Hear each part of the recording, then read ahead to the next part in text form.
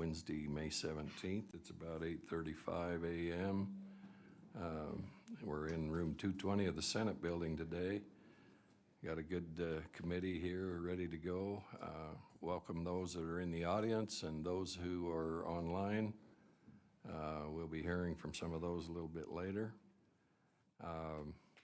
First thing I want to do is approve the minutes of November 16th. Can I get a motion? I make the motion.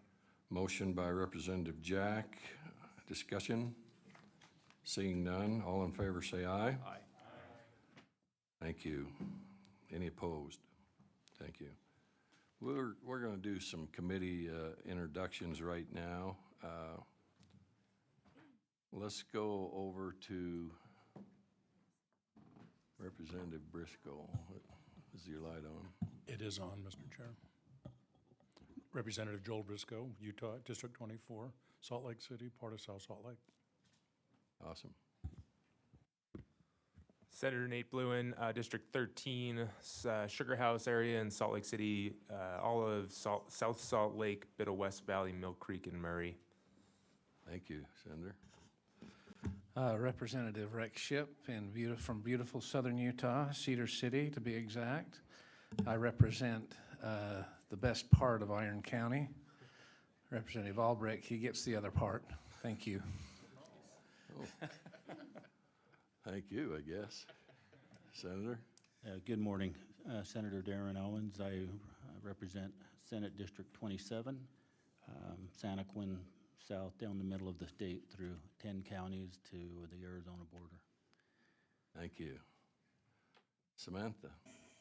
Hi, my name is Sam Brucker. I'm a managing policy analyst with Legislative Research and General Counsel. Thank you.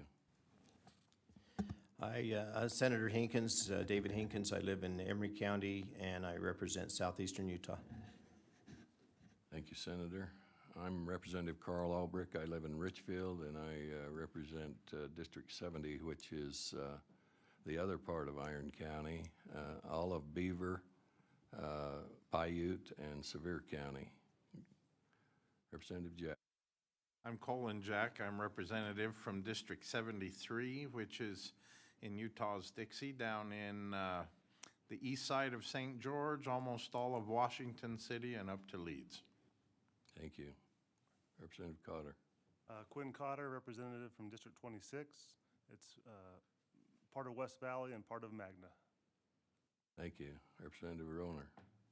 I'm Representative Judy Rona, and I represent District 30, which is West Valley City, which is next to Quinns. Thank you. Representative Elison. Representative Joseph Elison. I'm District 72, which is the eastern side of Washington County. Awesome. Phil Representative Lyman, District 69. If I include the east gate of Zions, I have all 5 national parks in my district. Southeastern part of Utah, beautiful spot. Thank you. Representative Cobb. I'm Representative Jay Cobb. I represent District 48, which covers parts of South Jordan, Harriman, and Riverton. Thank you, Representative. I want to take a personal privilege here and recognize co-chair Senator Hinkins, the Governor's One Utah Summit that was just held the first part of May. Senator Hinkins was recognized and received the Energy Pioneer Award. We ought to give him a hand, hadn't we? You want to respond to that, Senator? Thank you.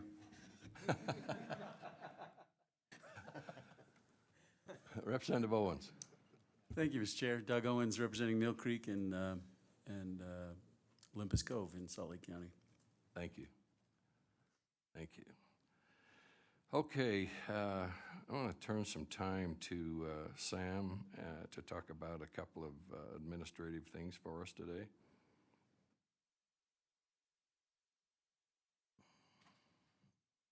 Thanks, Representative Albrecht. Just briefly, we're required to give Open and Public Meetings Act training, so I'll just hit the high notes. I know you all know this pretty well, but the first thing is we're required to post our notice and agenda 24 hours in advance. That'll be the same consideration for any committee bills that you have as well, so just keep that in mind. If the committee opens any bill files this year, we'll need to be able to post that 24 hours in advance. We'll keep a recording and written minutes of all of our meetings unless we have a site visit or tour. That's not considered a meeting officially, so we won't have to record that or keep minutes for that. All of these meetings are counted as electronic meetings. If you need to participate online, you can do that, but you need to have a reason and you need to notify one of the chairs to be able to do that with their sign off and permission. If you do attend a meeting online by electronic means, just make sure you're dressed appropriately, you're in an appropriate spot, it's as if you're in the meeting itself, if you're in here in person with us. And finally, this will just be probably a little bit of a change up than what we were doing during session.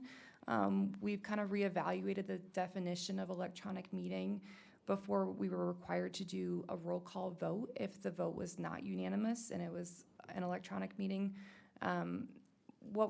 The way we're interpreting it now is we will only be required to do a roll call vote if a member is participating online and the vote is not unanimous. So if you're all here in person with us and the vote is not unanimous, it'll still just be at the discretion of the chairs to do a roll call vote if they choose.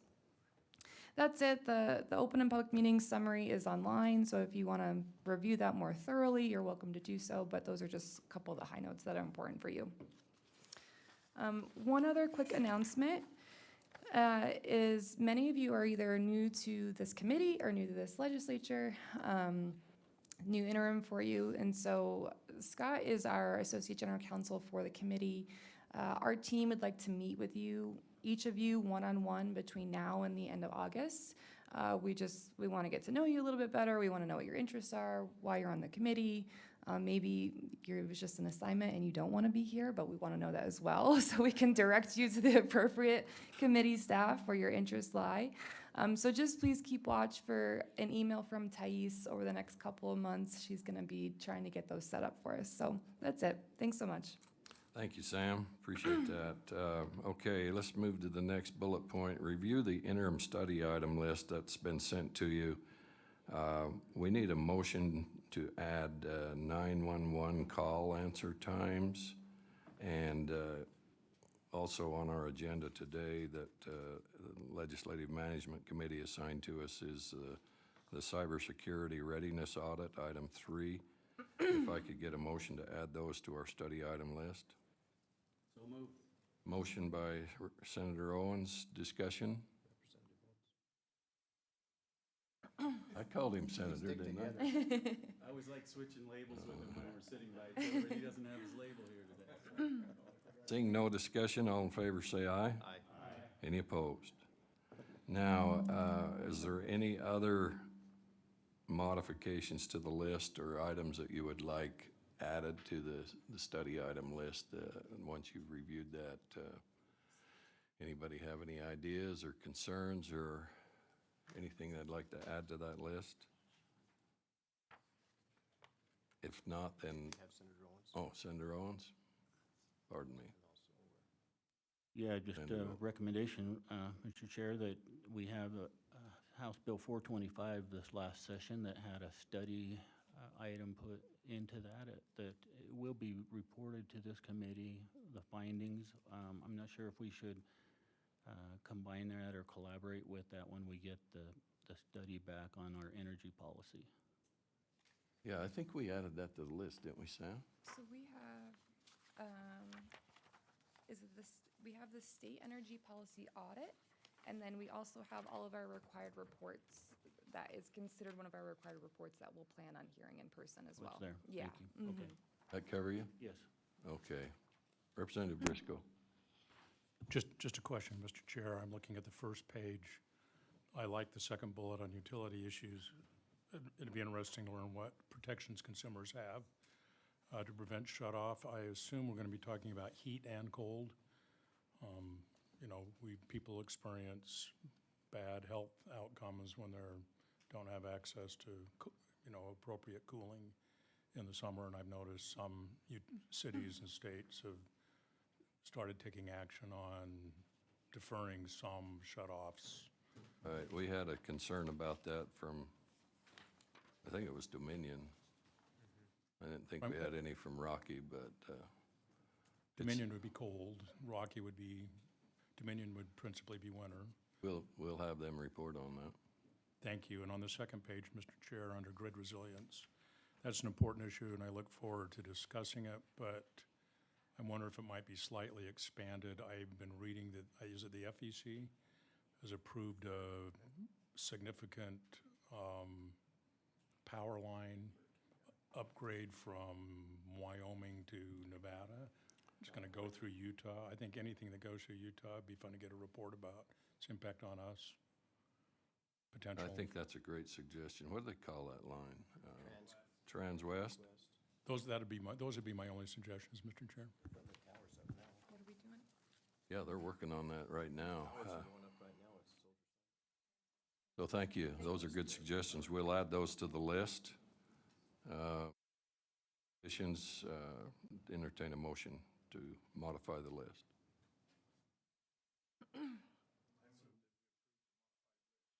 Okay, Representative Jack has made a motion. Any discussion? All in favor, say aye. Aye. Thank you. Any opposed?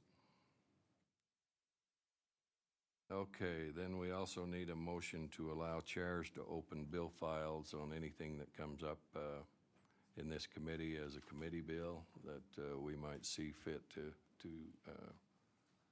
recommend a committee bill on any of the items we discussed this year. Could I entertain a motion to do that?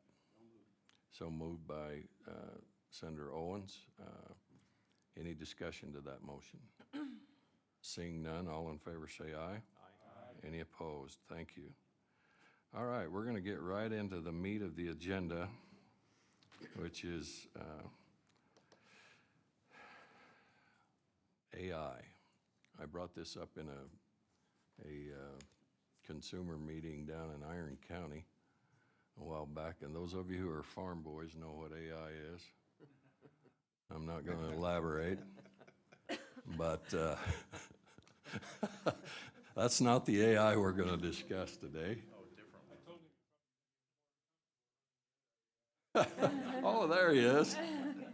Senator Owens, welcome. Would you like to introduce yourself? Or excuse me, Senator Vickers. Smarty. Yeah. Senator Evan Vickers, District 28, Southern Utah. Thank you. I didn't see you, or I wouldn't have mentioned that. Oh. Later. Thank you, Senator. So, without further ado, Sam, I think we have Catriona Fitzgerald, Deputy Director of the Electronic Privacy Information Center online. She's online. Welcome, Catriona. Hi, good morning. And you're going to take about 15 minutes or so and give us some background on AI, how it works, how it's being used, is it regulated at all? How does our legislature need to be prepared? Lots of news stories on this lately, so go ahead. Time is yours. Sure are. Good morning. Thank you for having me, Chair and committee members. I'm Katrina Fitzgerald. I'm, as you mentioned, Deputy Director at the Electronic Privacy Information Center, or EPIC. Our Executive Director is actually a Utah native. EPIC is an independent public interest research center. We were established in 1994 to secure the fundamental right to privacy in the digital age for all people. And we've promoted AI regulation and algorithmic transparency and accountability for years. We've litigated several cases on the front lines of AI use in the federal government. And should I go ahead and share my screen for slides? Does that make sense? Would you be able to see them if I did that? Sure. Go ahead and put them up. There we go. We got them. Great. Excellent. Now let's see if I can see my notes while you see those. Hang on just one moment. Where are you located? EPIC is located in Washington, D.C. I'm actually in the Boston area, but EPIC is in Washington, D.C. Thank you. I'm just trying to, just give me a moment on screen share, sorry.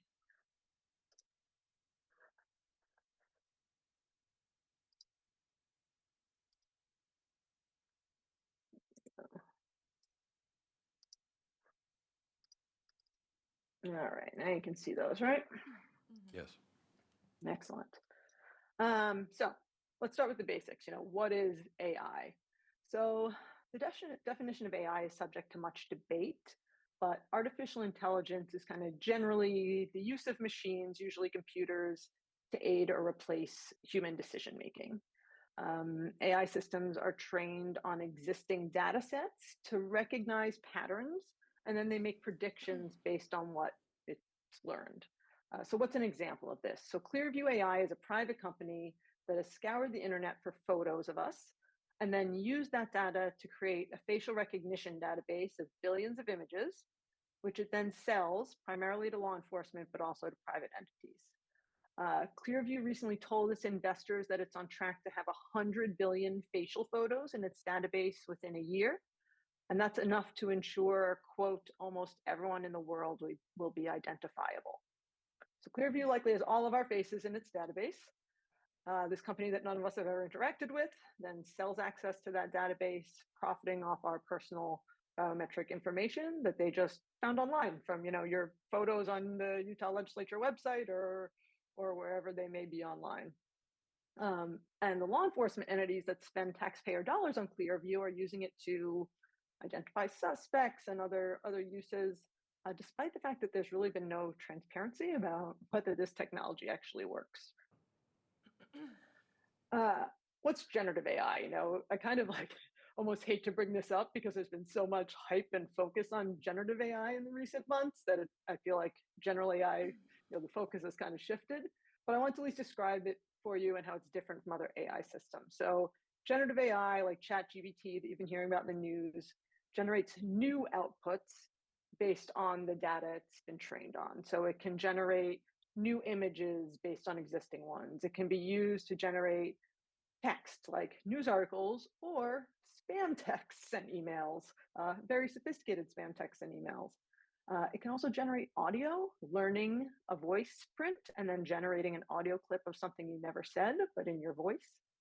There are huge implications here for fraud, for political ads, and for democracy. Already we've seen it used for disinformation in elections in other countries.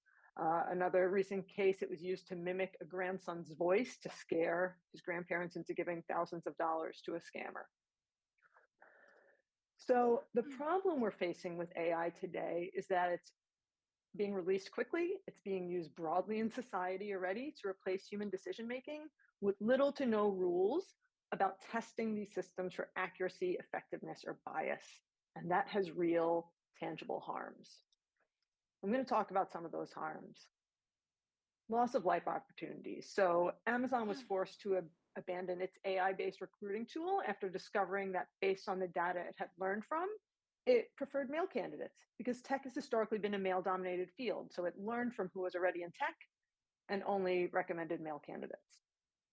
Another example is HireVue, a service that uses proprietary AI to evaluate the qualifications of job candidates. So you do a job interview on video. This algorithm behind the scenes is collecting, they say tens of thousands of data points, such as your emotions, and then allegedly determining your employability. There's no transparency around it. They don't give candidates access to assessment scores or to any of the factors used to generate the score. They market these recruiting tools as a way to eliminate biases in the hiring process, but they're basing their algorithms on data from top performers in the past, which can perpetuate past hiring biases, just like the Amazon algorithm did. It can also really disadvantage individuals with disabilities, those that may have trouble maintaining eye contact on video or something that a human can read in an interview and react to, but an algorithm cannot. So that's one type of harm. There's economic harms, like the credit score is kind of the original opaque algorithm, right? For decades, consumer advocates have been fighting the secrecy of credit scores, this one number that we have no idea how it was calculated that can truly change the course of our lives. With AI, it's kind of like there's a credit score for everything. So that's another harm, economic harms. Physical and medical harms. AI is increasingly used in healthcare. So doctors are making life-changing decisions about patient care based on algorithms, like whether to perform a particular procedure. Students increasingly have to deal with AI in education. So students enrolled in a class that has a remote proctoring system can't opt out of that video surveillance of their private spaces or the system's use of facial recognition and AI analysis. They're kind of stuck with this opaque, unaccountable platform that can flag them for cheating based on a little more than, atypical eye movements or unexpected shadows. And independent third-party testing of these proctoring systems has shown that they rarely, if ever, catch any cheating students. So not only are they opaque, but they're inaccurate. And mostly discrimination harms. So there's been lots of studies. NIST did one in the National Institute of Standards and Technology in 2019 of facial recognition tools, which are AI-based, found that the systems were 100 times more likely to return a false positive for a non-white person than for a white person. A review of Recognition, which is Amazon's facial recognition system that they market to law enforcement, actually misidentified 28 members of Congress as convicted criminals.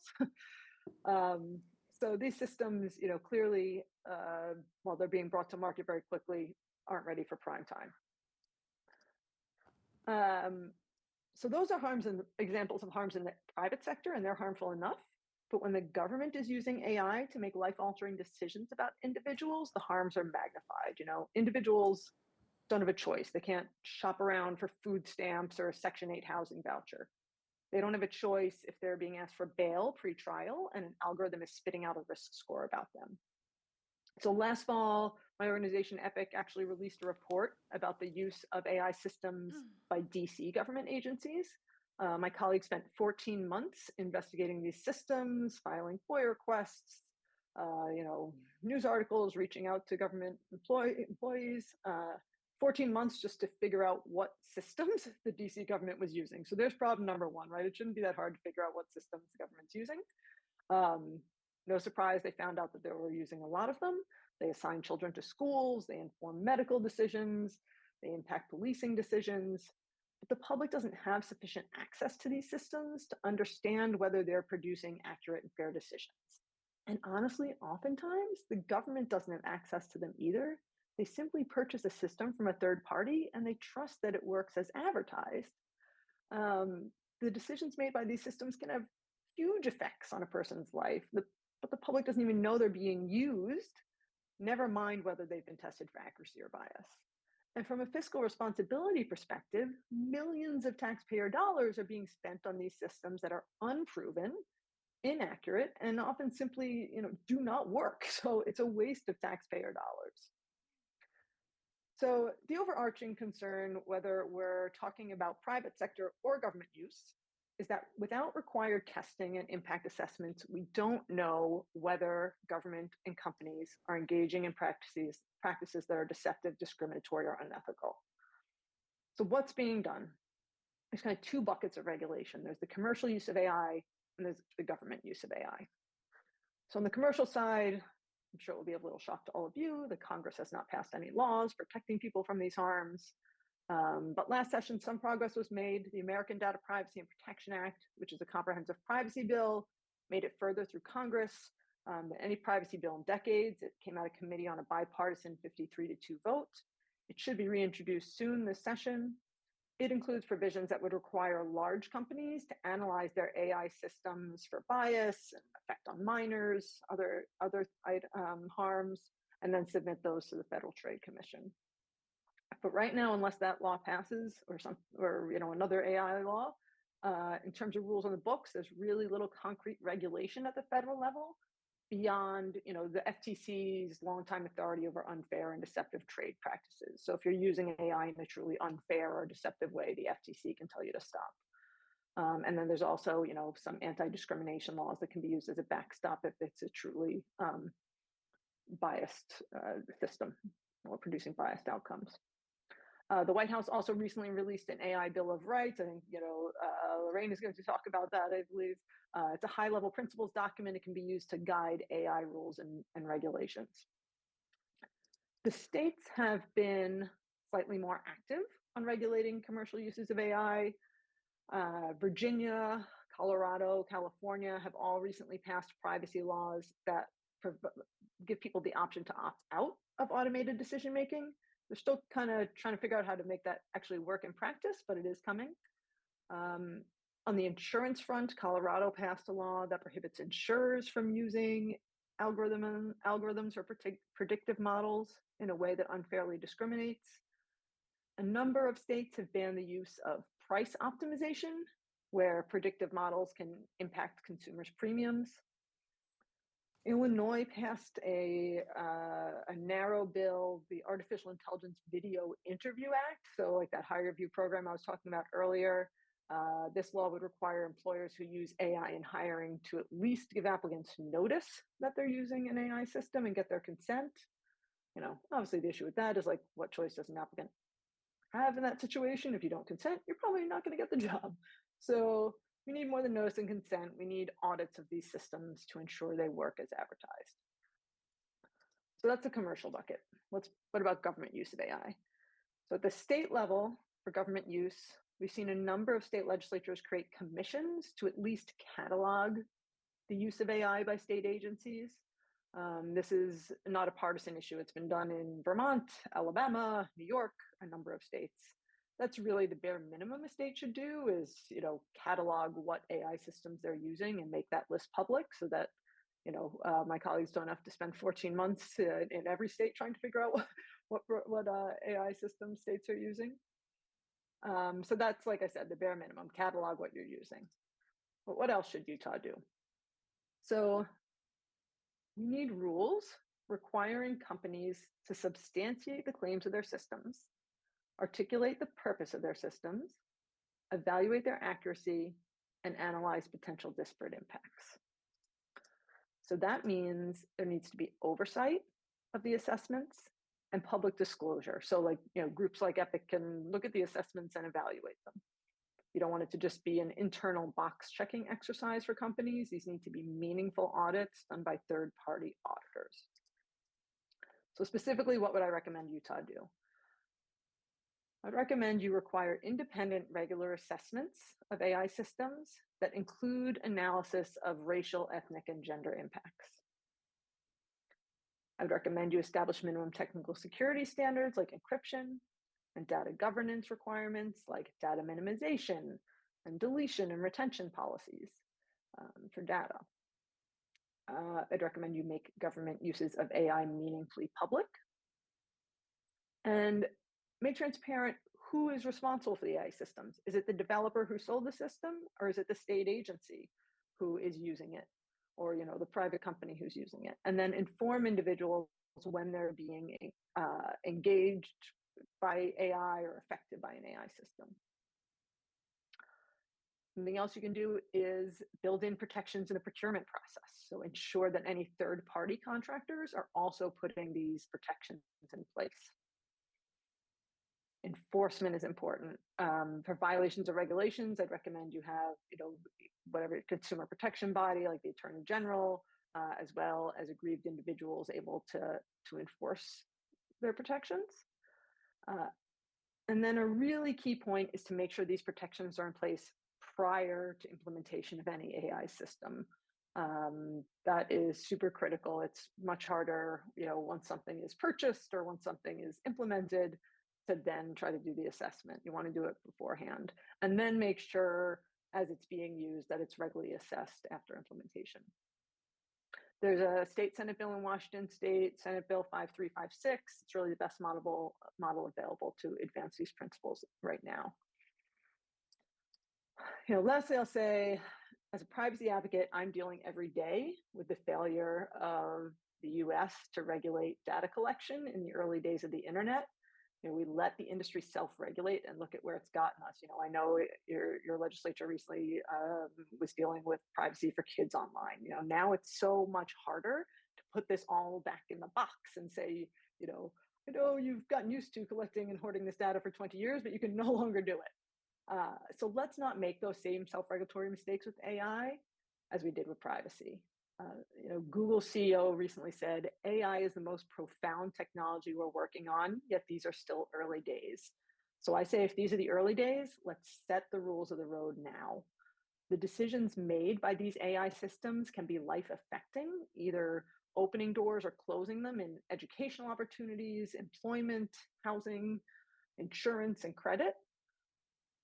And democratic governance is built on principles of procedural fairness and transparency. We have to know the basis of decisions made by government, whether right or wrong. But as these decisions are automated and agencies increasingly delegate decision making to technologies they do not fully understand, decisions become more opaque and less accountable. And that's why it's so critical that these AI systems be open, provable, and accountable. So if AI systems are used, state officials, must retain accountability for the decisions made by their agencies, regardless of whether the decisions are being made by AI systems or by human beings. The responsibility still lies with state leaders, and state legislators have a responsibility for the governance of these AI systems. So you have a window of opportunity to get this right and ensure that these technologies are built in ways that are fair, equitable, and accountable. I really appreciate your interest in these issues. Very heartened to see you having informational hearings like this with experts. It's really excellent. I commend you for that and ask you to please consider Epic a resource as you grapple with these challenging problems, because I do realize they're very challenging. So thank you for having me today. Thanks for being with us. Let me see if there's any questions from the committee. Yes, Representative Jack. Thank you, Mr. Chair. Ms. Fitzgerald, I had a couple of questions on your recommendations. I can see how we could catalog who's using these systems and how we could require human involvement. I'm curious about an annual independent assessment. Who would do that, and what's the control group that they would use to verify that this AI were making reasonable decisions or recommendations? Yeah, so there are third-party entities now doing these kinds of assessments for companies. The companies can hire. In some jurisdictions, they're considering, not in the U.S., but in Europe, they're considering setting up almost like kind of government-funded auditors, so that you take a bit more neutrality. You don't have like perverse incentives to hire the easiest auditor, right? But companies have been doing these for privacy for many years. If they're under FTC order, they're often required to do annual assessments on data privacy. And so it would be similar. It would be these third-party auditors that would do kind of these annual assessments of AI systems. Okay, and then how do they do that? I mean, is this too new to know how, or is that something that's already been done? So I won't claim to be an expert on that, but they kind of run, what's the term I'm looking for? They kind of like pressure test the system, right? So they run it. If you're testing a facial recognition system, you're testing it. You have tested against varying genders and skin types and colors and ages to test its accuracy. That would be one way. But it is certainly a very quickly evolving field. There were a couple of congressional hearings yesterday on this, including the CEO of ChatGPT, of OpenAI, who owns ChatGPT. And they were, talking about whether there should be a federal licensing system for AI systems and who should be doing the assessments. So it is, and laws in Europe are being passed as we speak to require those.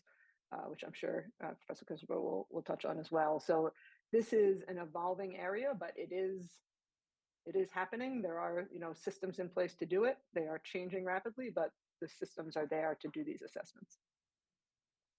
Thank you. Thank you. A couple more questions. Representative Lyman. Thank you. And I had the exact same question. I appreciate Representative Jack asking that. But the other, I guess to follow up on that a little bit, Ms. Fitzgerald, and thank you for the report. It feels to me like the threat of AI being used against the people is coming from the government. And so this idea of an independent third party overlooking that, are they looking at the government's use of AI, or are they looking at private sector use of AI? So generally, the government's usually buying, something that was developed in the private sector. I don't know too many instances of government developing its own AI systems, So typically they'd be looking at the privately developed product that then is being sold to various government entities. But would they also be, but that's what I'm asking, if they're auditing or looking at just the government's use of AI, or would they be looking at Google's use of AI, or private companies that are using AI in ways that maybe the public doesn't agree with, or are they purely focused on the state's use of AI? So, it kind of depends which avenue you went with. If you were doing legislation, we usually see kind of two separate, either a law that requires private entities to do these assessments, or a law that requires, say, government agencies to require any company they're contracting with to do assessments. So, it can be either. It kind of depends how you craft the legislation. Okay, I appreciated some of the words that came up there with the third-party privacy, transparency, procedures, accountability, all those things that are important to us. I don't think in the legislature that we've had a great track record of protecting individuals' privacy, and I think that's going to become more and more important. We shot down a resolution to add privacy to our Constitution 2 years in a row, and I'm anxious to see the legislature put privacy as a high priority moving forward. Even though it does have, it's a two-edged sword, but it's one of those things that people deserve. So, thank you. Thank you, Representative Briscoe. Thank you, Mr. Chair. Welcome via the internet. Kaitrona. Jaron Lanier told us several years ago, he said the companies that hire the best mathematicians who write the best algorithms will rule the future. And he said, small, incremental advantages in small algorithms would give some companies enormous wealth because they'd have a small competitive advantage, but a key competitive advantage over their competitors.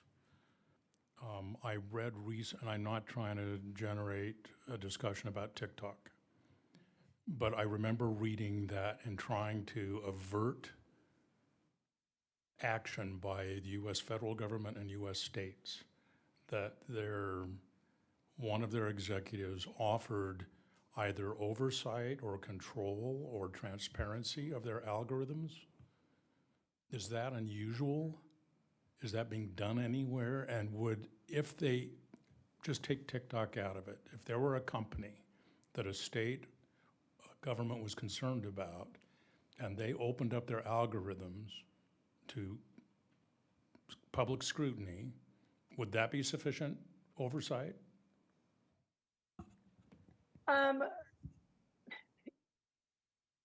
It would help, but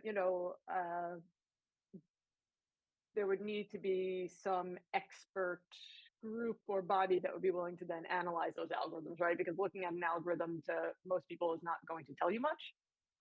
So that's why having independent third-party auditors that have the expertise to evaluate and pressure test these algorithms is really important. Thank you, Mr. Chair. Thank you. Representative Cobb. Chair, much of the discussion has been on AI as a decision-making. I think there's different ways to approach this. You got privacy, but also the decision-making. And that's where my question comes in.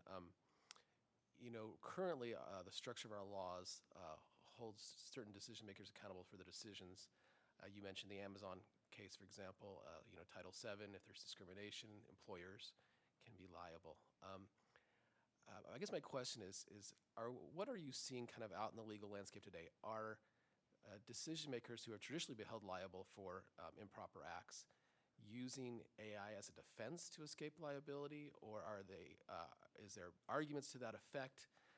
I guess my question really is, if currently our laws hold these people or entities accountable, how would you respond to, does it matter whether they're doing it via in person or via automated, if they're still accountable? And again, are you seeing, defenses or arguments raised that it was AI, not us type of things? Or what are you seeing out there today?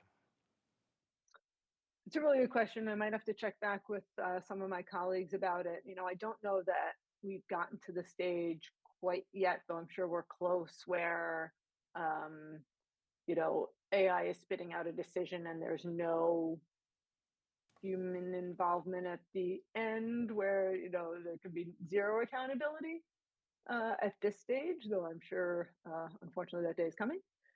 So I don't know of any case off the top of my head where someone is claiming the AI made the decision and that they have no accountability. But I would be happy to get back to you after consulting with a few others. Okay, thank you. Thank you, Representative. Seeing no more questions, we want to thank you, Ms. Fitzgerald, for joining us here in Utah today from DC, and I hope you have a good day. Thank you for the information. We may get back to you.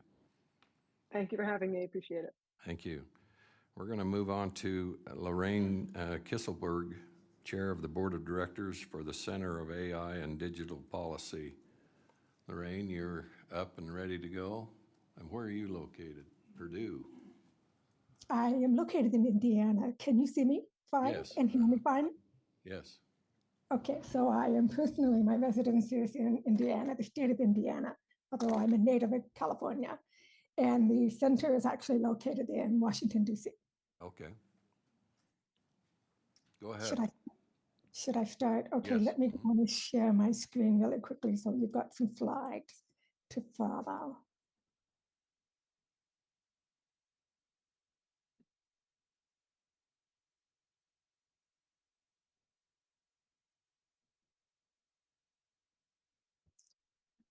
I'm assuming you can see my slides now? Yes. Okay, thank you. Good morning, Chairman Hankins, Chairman Albrecht, and members of the committee. Thank you for the opportunity to speak today about artificial intelligence policy. I am Lorraine Kisselberg, and as you mentioned, I'm the chair and founding member of the Center of AI and Digital Policy, and I'm also the immediate past chair of the Global Technology Policy Council, the Association for Computer Machinery, also called ACM. I'm also a former professor of technology and society at Purdue University, where I continue as a faculty fellow and lecturer. So my academic background actually includes training in computer science, cognitive science, and social science, which I think is a perfect marriage for artificial intelligence.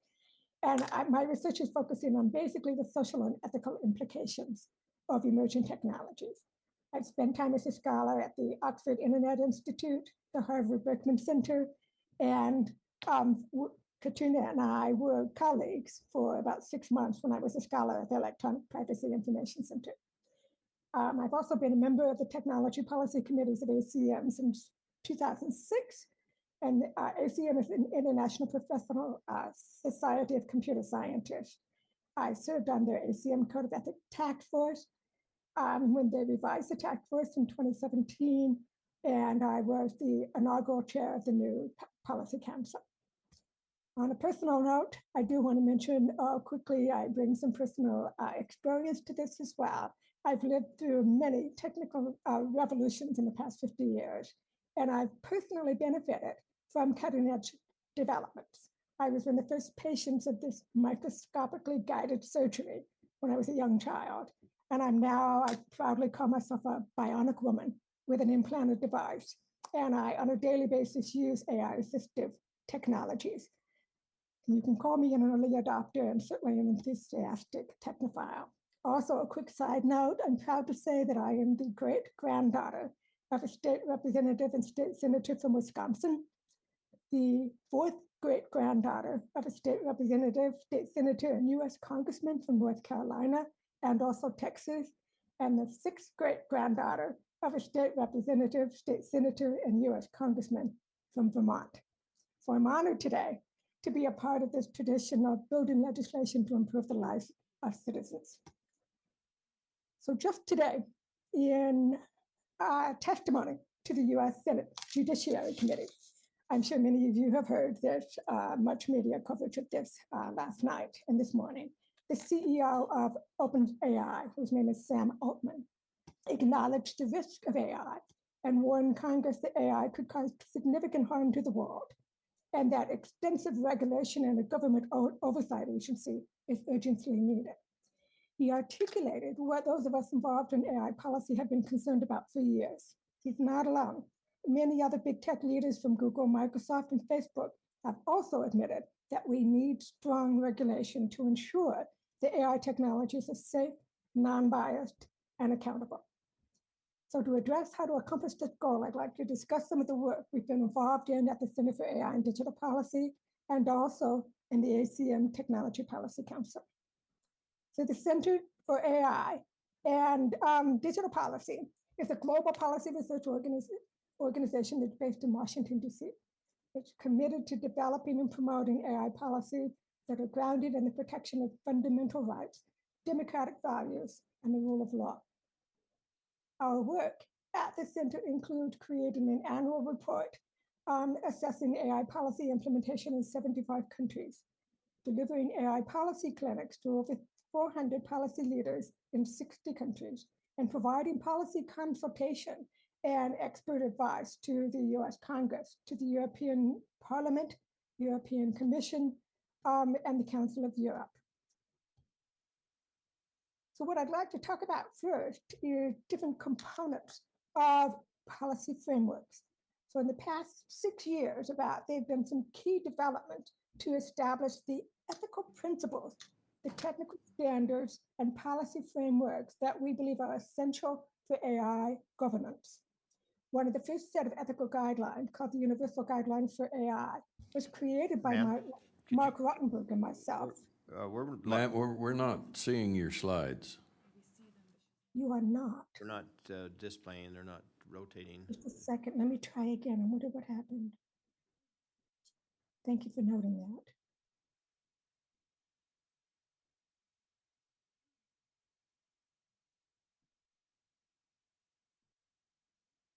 How about now? There you go. Okay, we got them. Right, just a second. Well, we had them. Yeah, I'm sorry about that. Can you see this now? Yes. I think it's a way of where I've been moving my cursor across the two different screens. So here you have, essentially I'm talking about the Universal Guidelines for AI as a set of ethical principles. And we created this, Mark Rottenberg and myself created this in 2018. And essentially the aim that we had, and many others have done similar work, was to outline a basic set of rights and responsibilities for the use of artificial intelligence. And so in drafting the guidelines, we wrote that the growth of AI decision-making systems implicates fundamental rights of fairness, accountability, and transparency, and produces significant outcomes that have real-life consequences for people in employment, housing, credit, commerce, and criminal sentencing, much of which you've heard Katrina talk about earlier. So this guideline actually includes a dozen principles that include rights to fairness, accountability, transparency, human determination, or autonomy, which we call this sometimes. It also includes obligations for institutions to have accurate data, security, public safety. And it also includes a couple of prohibitions on practices, such as secret profiling, social credit scores, and so forth, which through surveillance and data collection can be used to oppress and discriminate against citizens of a country. So these principles were endorsed by over 350 experts and 65 institutions around the world. And through subsequent work with OECD, UNESCO, and the European Union have influenced other principles which have been published as well. So there's another blueprint which I want to talk about. Hopefully I will not mess up my slides again. Let's see if I can make this happen. Still okay. Okay, so Katrina actually mentioned too that the United States White House Office of Science and Technology Policy released a blueprint for AI Bill of Rights last year. And the goal there is to ensure that the design, development, and deployment of automated decision-making systems protect the civil rights, civil liberties, and privacy of American citizens. So it's very much, for those of you who are familiar with your legislative history and the Bill of Rights, and I think there was a member who asked a question earlier about protection against government. The Bill of Rights essentially was established to protect citizens against the power of government. What the authors of this, the director of the OSTP who developed this, was indicating is that we now have very powerful commercial interest in private industry. And citizens also need protection against these powers as well. So it's grounded in civil rights, but it's also ensuring that there is broad-based, not just protection from government use and development of AI, but specifically private industry. So we strongly support this rights-based framework, and we've written publicly urging that it be encoded in AI policy development throughout the US. And President Biden has joined this in calling for bipartisan legislation that will hold companies, private companies, accountable, keep consumers safe, and produce trustworthy AI systems. So another important component of AI policy is the establishment of technical standards that can guide AI developers and provide clear standards and measures as they work through the designing and development and testing of AI systems. So in January, the National Institute for Standards and Technology, which is called NIST, released an AI risk management framework. They have a number of others like this. They have a privacy management framework and others that they have done. Highly reputable institute. But it's a set of resources for organizations to manage the security and privacy and bias risk in AI systems. So there are measures there are definitions, assessment tools, and essentially these are tools, a toolkit, if you will, that can aid those who are designing algorithms, developing automated systems, and so forth. Similarly, the professional society called IEEE, which is Electrical and Electronics Engineering, computing engineers and computer scientists and so forth, has been developing standards. They are known for their international standards, but they're developing standards for ethical AI systems, the P7000 series, as well as for organizational governance of AI.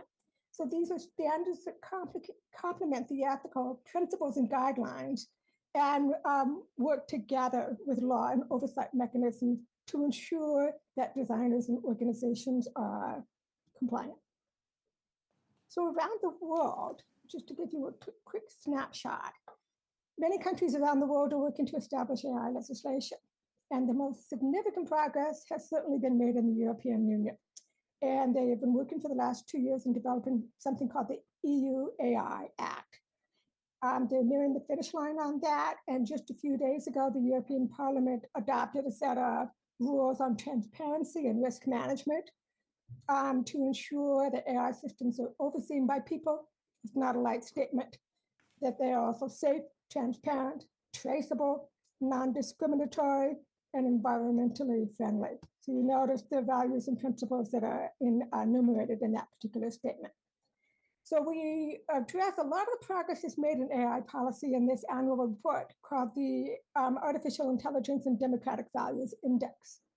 And it provides a comprehensive assessment and ranking, if you will, of where these countries stand in their development of AI policy.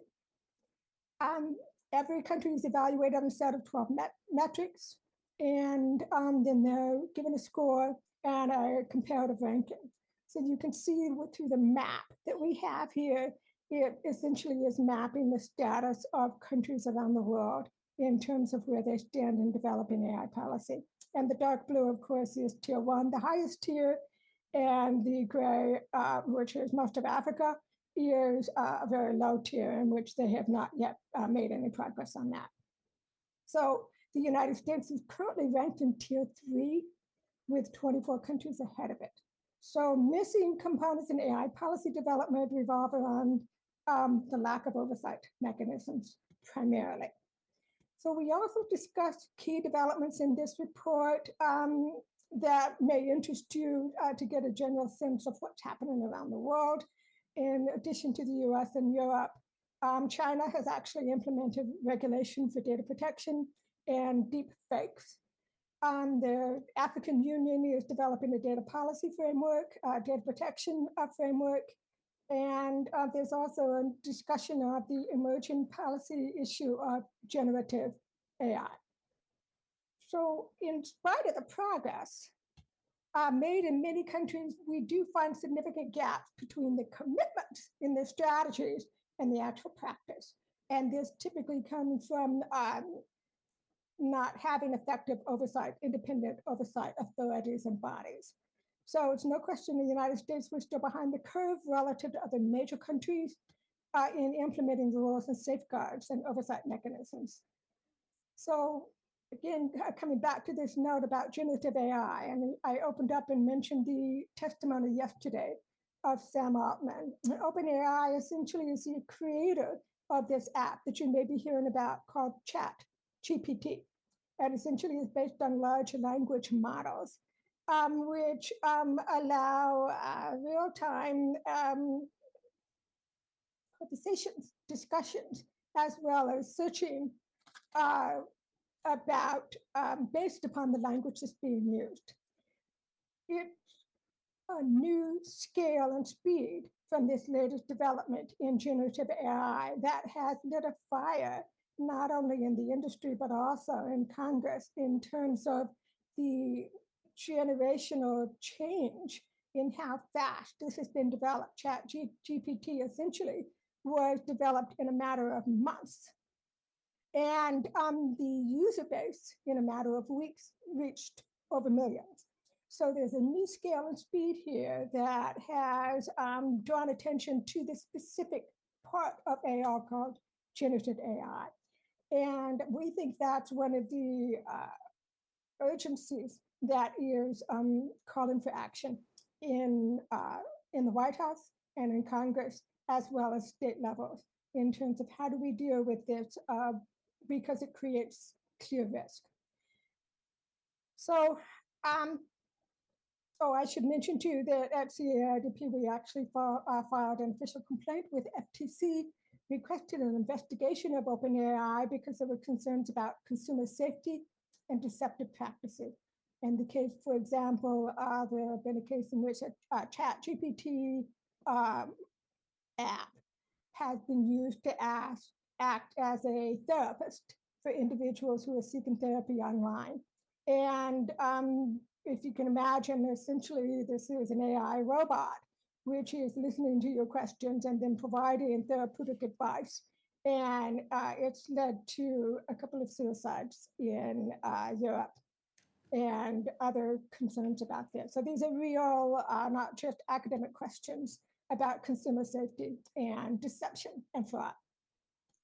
So I have listed here on this slide some essential elements that we think are important to include in AI policy frameworks.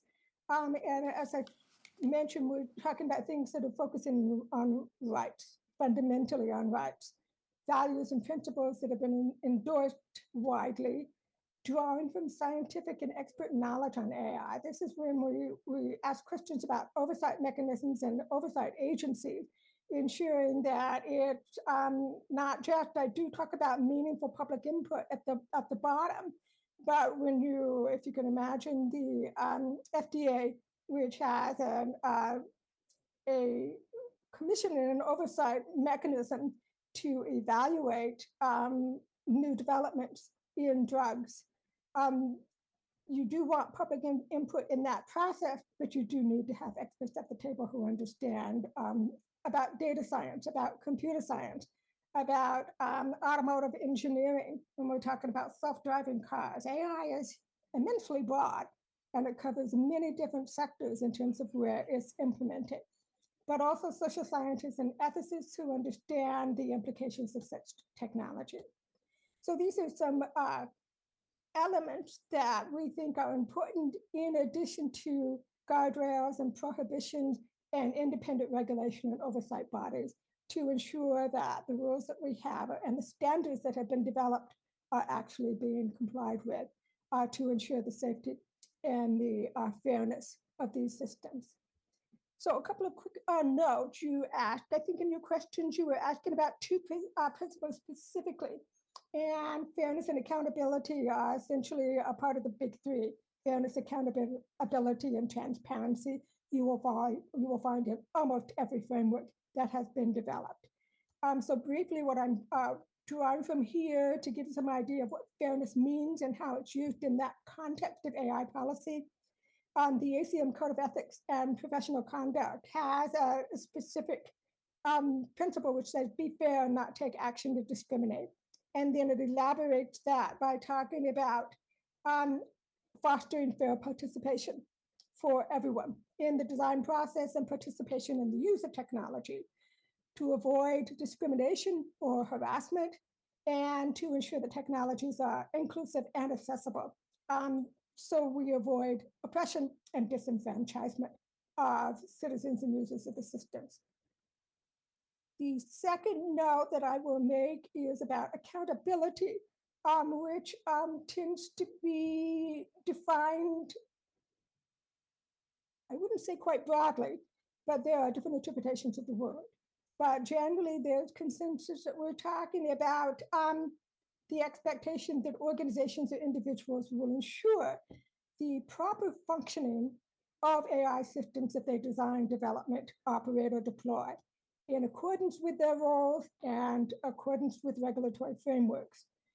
The ACM statement, recent statement released on responsible AI systems, also talks about, goes further to indicate that public and private bodies should be held accountable for decisions made by the algorithms they use. And that when problems are detected, the organizations are responsible for deploying those systems should document, here we get to transparency actually, document the actions that they will take to remediate. This is a redress problem, a due process. Remediate the problem and under what circumstances the technologies might be suspended or terminated. And here we talk about algorithms, deep learning, machine learning algorithms that end up evolving to a point where they no longer perform in the ways that they were designed to perform. And at that point, someone needs to say, this is now malfunctioning, and we do stop this. So I'm going to make a brief note too about states, but Katrina has done a much better job than I could do about overviewing that. There's two things I will mention here. I've drawn from, and you can see in my footnotes, a report that was generated from a law firm, Brian Cave and Leighton and Paisner. And they had this useful snapshot or a map talking about what's been enacted in certain states. And you can use that. It's actually an interactive map if you move online to find out the elements of proposed and enacted legislation in these states. And particularly just a few days ago in the Senate, the State Senate of Connecticut, they passed legislation, AI legislation. Their focus is basically on three elements: the roles of AI governance, oversight boards and officers, the policies of AI governance, such as safeguards, responsible data use, and so forth, inventory, which Katrina was talking about before, as well as AI governance processes for safety, procurement, and so forth. So that's just a quick snapshot. I'm not as well versed in the state level legislation as Katrina is. So anyway, that brings me to my summary, which the regulation and oversight of AI technologies is urgent. And we really can't afford to wait, which is why many states are taking action before action has been taking place at the federal level. And we urge you to propose legislation in Utah to enact protections for your citizens. So thank you for this opportunity to share this information, and I'd be happy to answer your questions. Okay, thank you, Lorraine. Let's see if there's any questions from the committee. Representative Jack. Yes, thank you for the presentation. In your list of essential elements for AI policy framework, the first one you mentioned is develop a rights-based framework. Yeah. And we had talked about privacy and maybe the right to appeal. Any other thoughts about what kind of rights we would be concerned about in a policy? Yeah, so the rights, when you look at that, there's a good relationship with the rights with the ethical principles. So we go back and look at the universal guidelines for AI on here. We're talking about essentially drawing from first, if you're familiar with the Universal Declaration on Human Rights. And so these rights can be freedom of speech rights. It can be also more specifically in this context, the right to transparency, the right to have control over the data and the systems. Meaningful consent is a contested issue because, and I think Katrina notices as well, meaningful consent is a term that we've adopted now rather than just noticing consent, because with large scale systems and many that are integrated into what you do, if you don't consent to the policy at the beginning, you're not allowed to use the system at all. So that might mean that when I have an appointment with my medical doctor and they require me to read my labs before I get there, if I don't agree to that policy, that I don't have access to that data. So it's not really meaningful in a consent way. So autonomy, control over that. Fairness is obviously a right that is important, due process in here. But I would refer back to when we talk about rights within the context of AI policy frameworks. Essentially, we're talking about some of the elements of fairness, accountability, and transparency that users, citizens, have the right to understand that AI systems will be built in a way that protects those rights for citizens. All right, thank you. Okay. I don't see any further questions. Lorraine, we appreciate you being with us today. We've learned a lot so far, and we're going to learn some more, and then probably we'll get some proposed legislation. So thank you for being with us today, and we may be back in touch. Thank you. Okay, we're going to move on to Vivek Shrikumar, Associate Professor of the School of Computing up at the U. And welcome, you're in person. We love that. Oh, welcome to the Capitol. Welcome to Public Utilities, Energy, and Technology. Enlighten us, will you, please?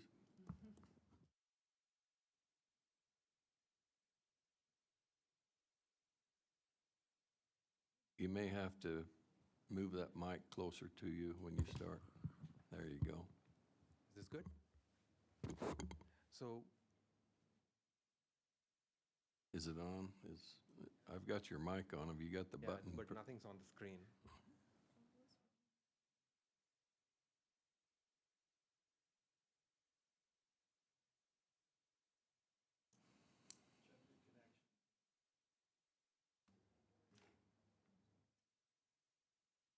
We talk about AI, but the hardest problem in modern technology is connecting two computers together. There you go. Thank you so much for inviting me here. I am Vivek Srikumar. I'm an associate professor at the Calhoun School of Computing here at the University of Utah. And among other things, I also co-lead the Utah Natural Language Processing Research Group. I'm an AI researcher. I've been an AI researcher for the last about 15 to 17 years now. And before coming to Utah, I've been here for a decade now. Before coming here, I spent a year at Stanford and did my graduate studies at the University of Illinois. So one of the things about being the third speaker in a list of, in this kind of a session is that I'm going to be repetitive. And I ask you to bear with me on that. So there's some problem here with the connection. I hope I'm going to try something.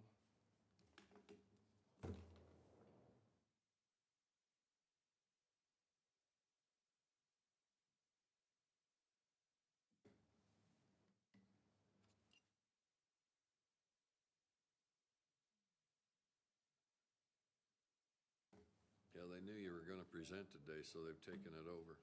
Yeah.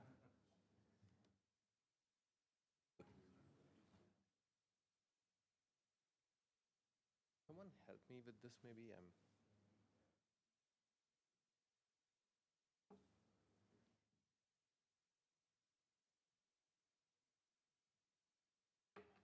It doesn't do much for my credibility if I can't connect two computers together. And Let's try. yeah, I tried that one. It didn't do much. Oh, okay. Oh, no, that's the wrong one. Okay, now let's do. Oh, you know what he's going to ask you? 10:30. I think I know what he's going to ask me, but I guess For your support. yeah. So I had as soon one as this he's morning. done, did you have yours already? Unless something comes along better.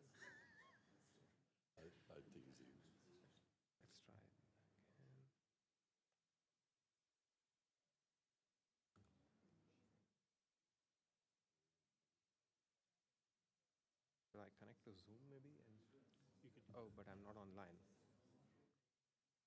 Not on the, so my computer believes that it is connected to something.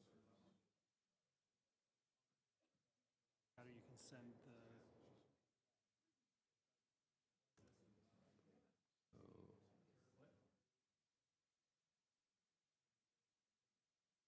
Oh. Yeah, maybe I can just do that. I need to connect to the internet though. I filed a bill on this early on Yeah, that's Did you? because leadership asked me to. Rumblings that there was gonna be some AI online. so. Oh, okay. So And do you have the? I do Scott's, not. Scott's the drafter. Assuming that I'm just Okay, going to be good. here, so I didn't bother. They are. Keep them in line. Looks like I am. Let me try Not to they're find trying it. to steal it, but they are I interested do. in the business aspect of it. I tried to get, like Silicon Slopes and some industry experts. I think I that do, know but hold up, so we need to bring them back later in the this. year. Oh, I got the link. I'm on business and labor during the session. I'll straighten them. Okay, there you go, there you go. This should be easier.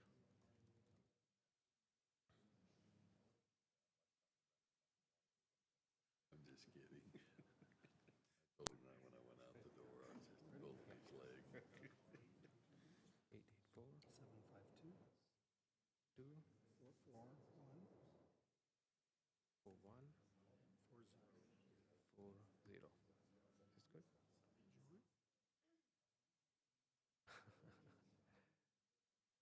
Did I register now?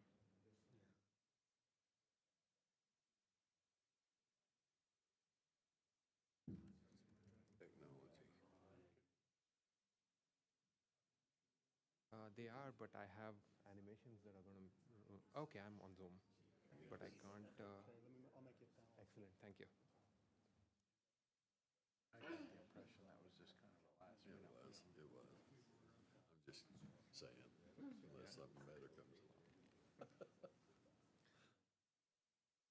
I think he's probably earned it. Question I told him I had is to have a meeting with rural legislators right off the bat. I know hard rock decisions. School choice. What was the other one? Exchange. Yeah. And so Brad didn't call us in as early as he normally does. Okay. And he called us in, what, middle towards the end. Sometimes that's too late. So I said, you gotta call us in and get us our concerns. Share let my us screen on express- Zoom, but Good. One concern I had with you when you got up on the dais, I didn't know you how need to you'd handle it, but he set it handled it to pretty show the well. Zoom screen rather than. I said, you did a good job. Clearly not as comfortable with it as Yeah, Brad, but right. Brad's He'll just never had be more as smooth practice. as Brad. Yeah. Sorry? Well, I know, and then it just became a little shaky. I don't know. You owe me a Coke. This is weird. Will you go? That seems pretty straightforward.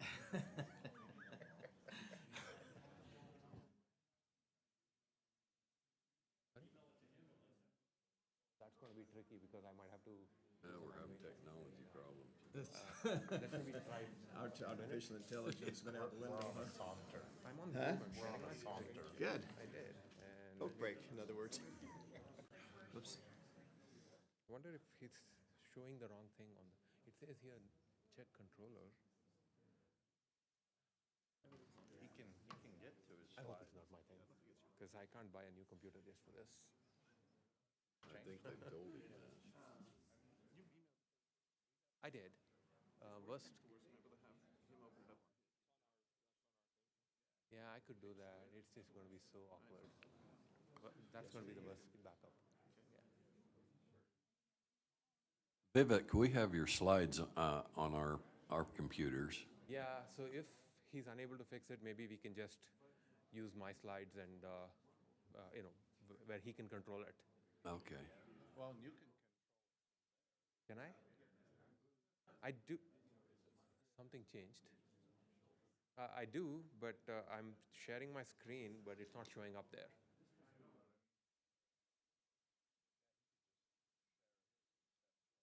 Yeah. It's funny because we can get people from across the country, but not Well, you had it. not to in the begin room. with. Which one's is his, the artificial? Right there. This one? Yeah, that's his.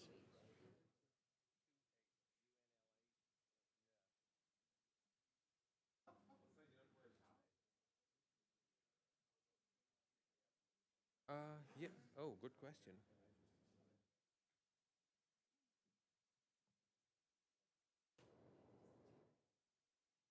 I show up here, but not there. It says that, yeah, I don't know. She's going to share it, her slides, on the screen. So should I And then you can just talk to him.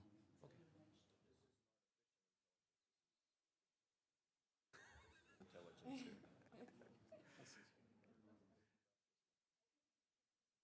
There's a 1984 research paper called Artificial Intelligence Meets Human Stupidity. In this case, probably something that I did.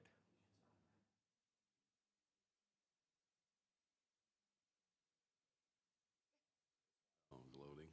Oh, yeah.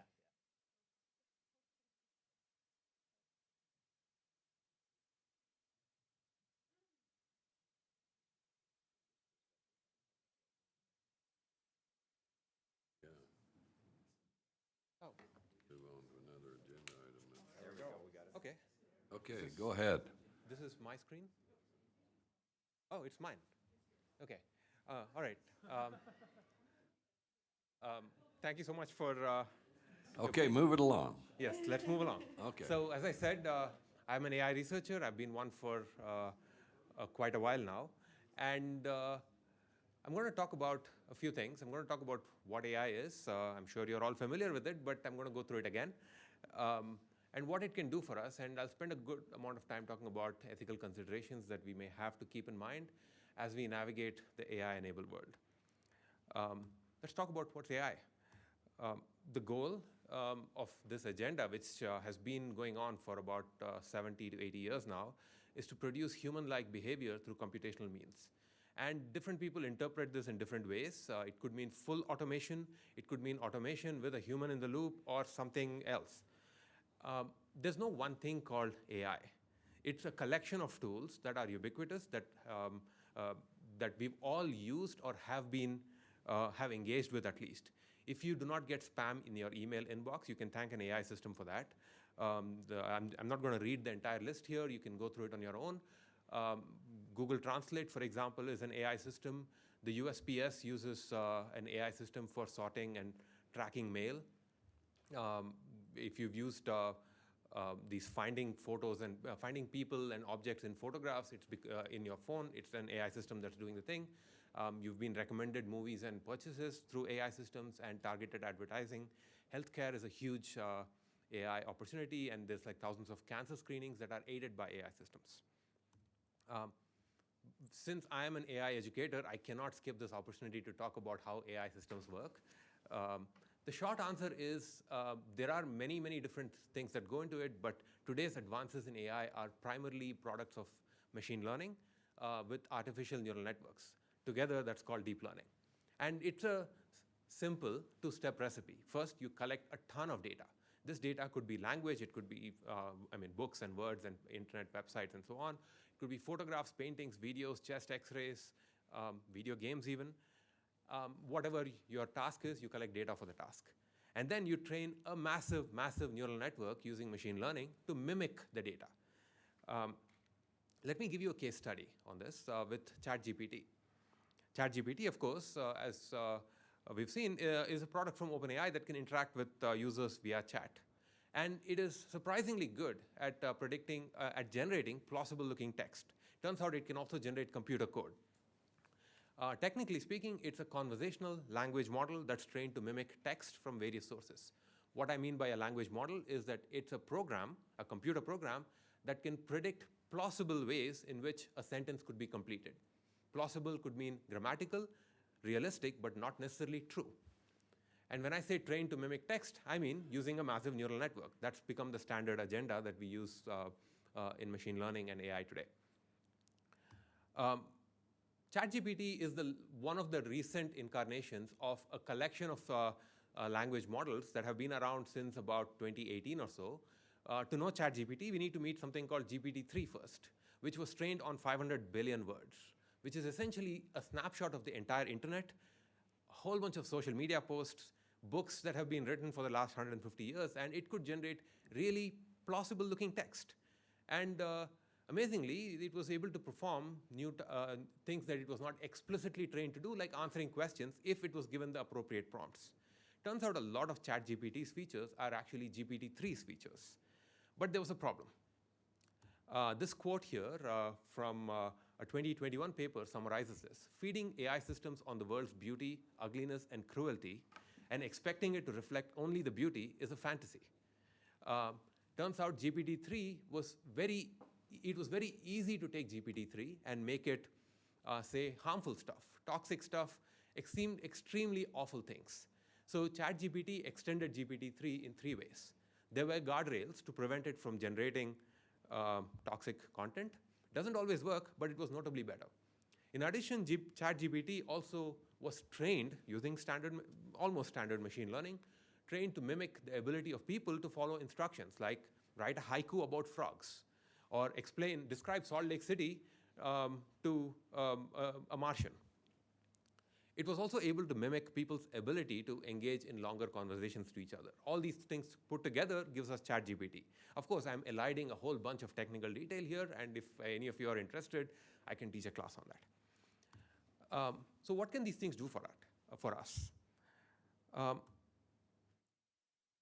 The key benefit that AI gives is it automates routine tasks and even some non-routine tasks. We've probably used automatic translation services at some point, like Google Translate. Alphabet, Google's parent company, has a subsidiary called DeepMind, which has been producing stunning demos of game-playing AI, which could beat the world's best Go player. This was a system called AlphaGo in 2015.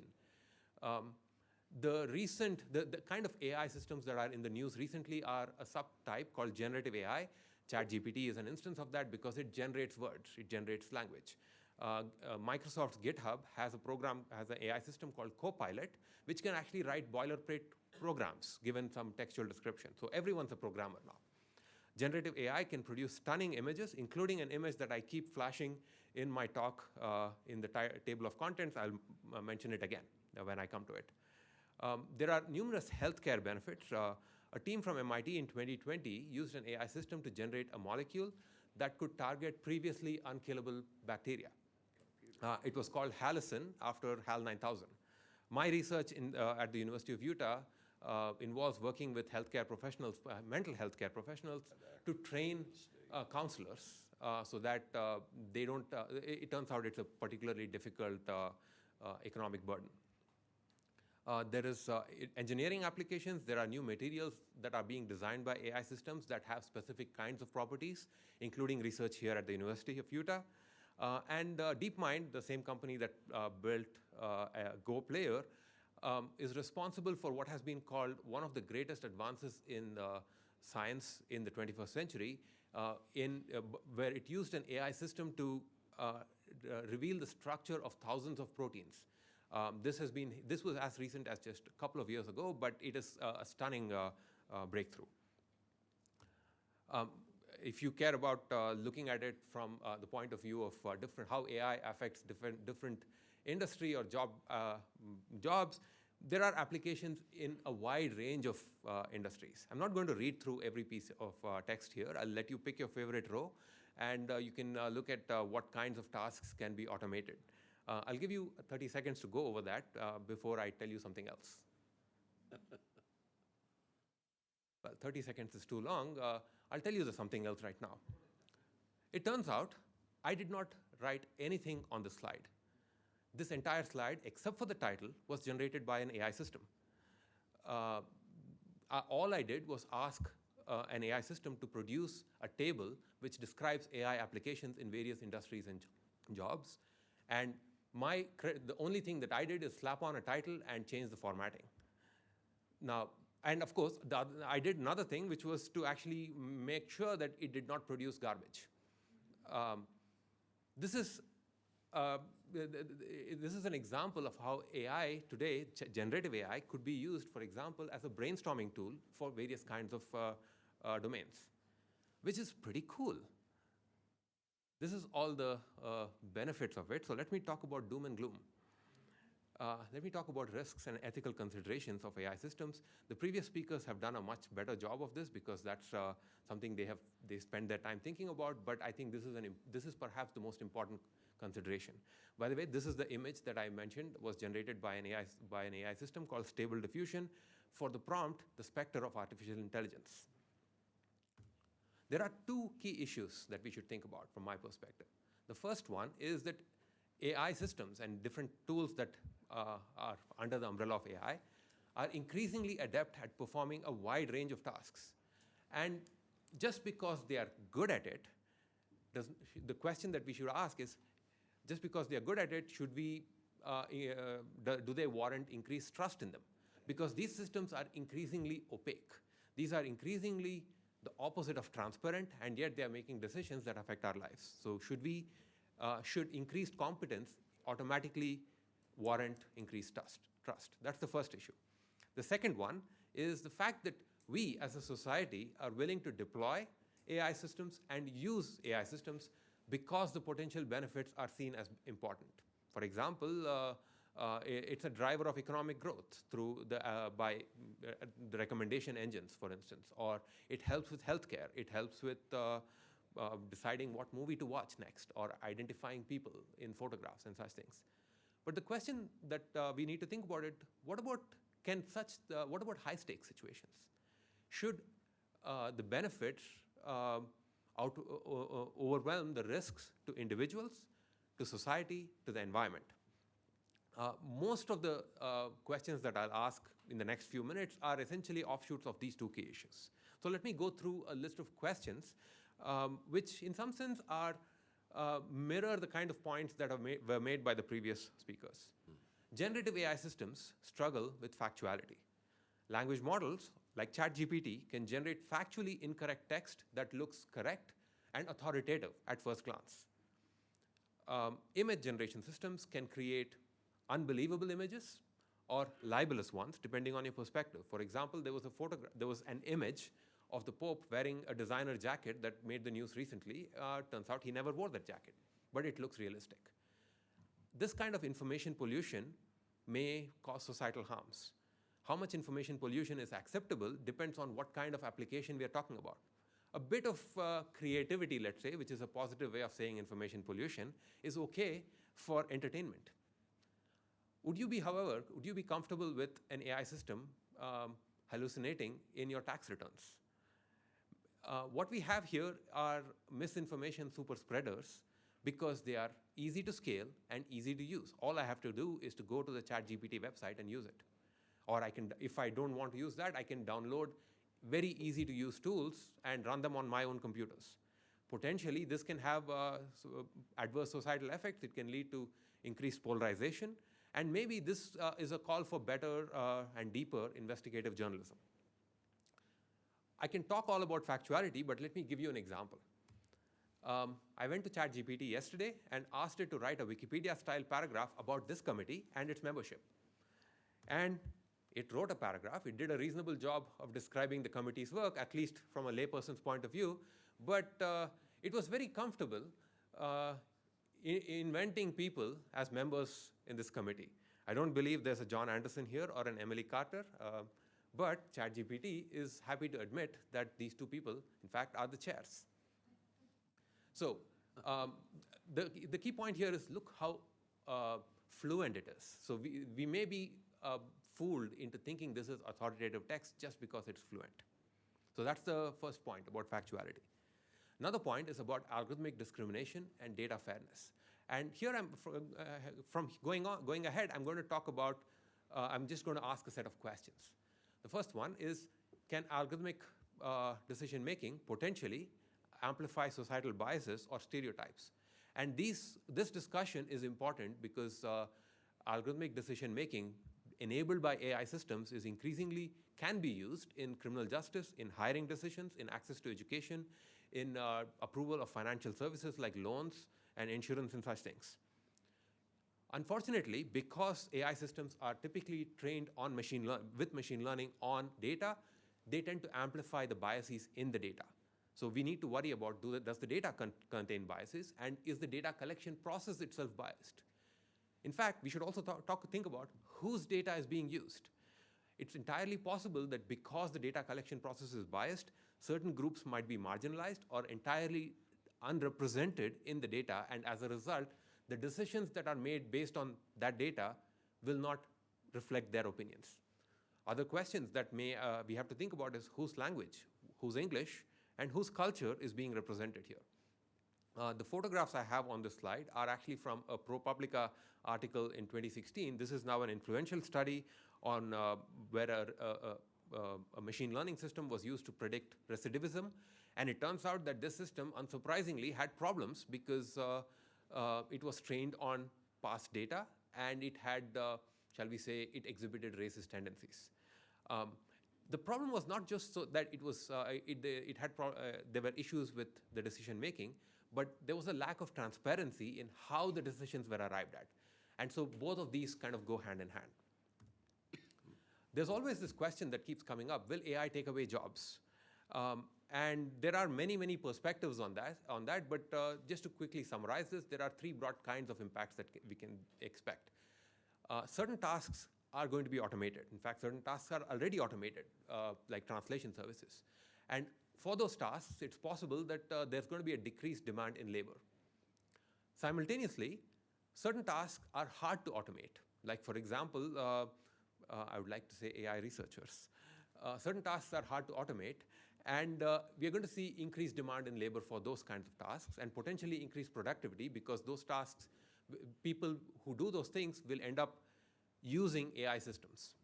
And then it's also possible that there might be new kinds of tasks and jobs.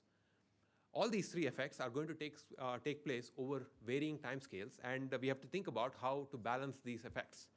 It's likely that there will be enough jobs, but the question really of interest is, will there be enough good jobs?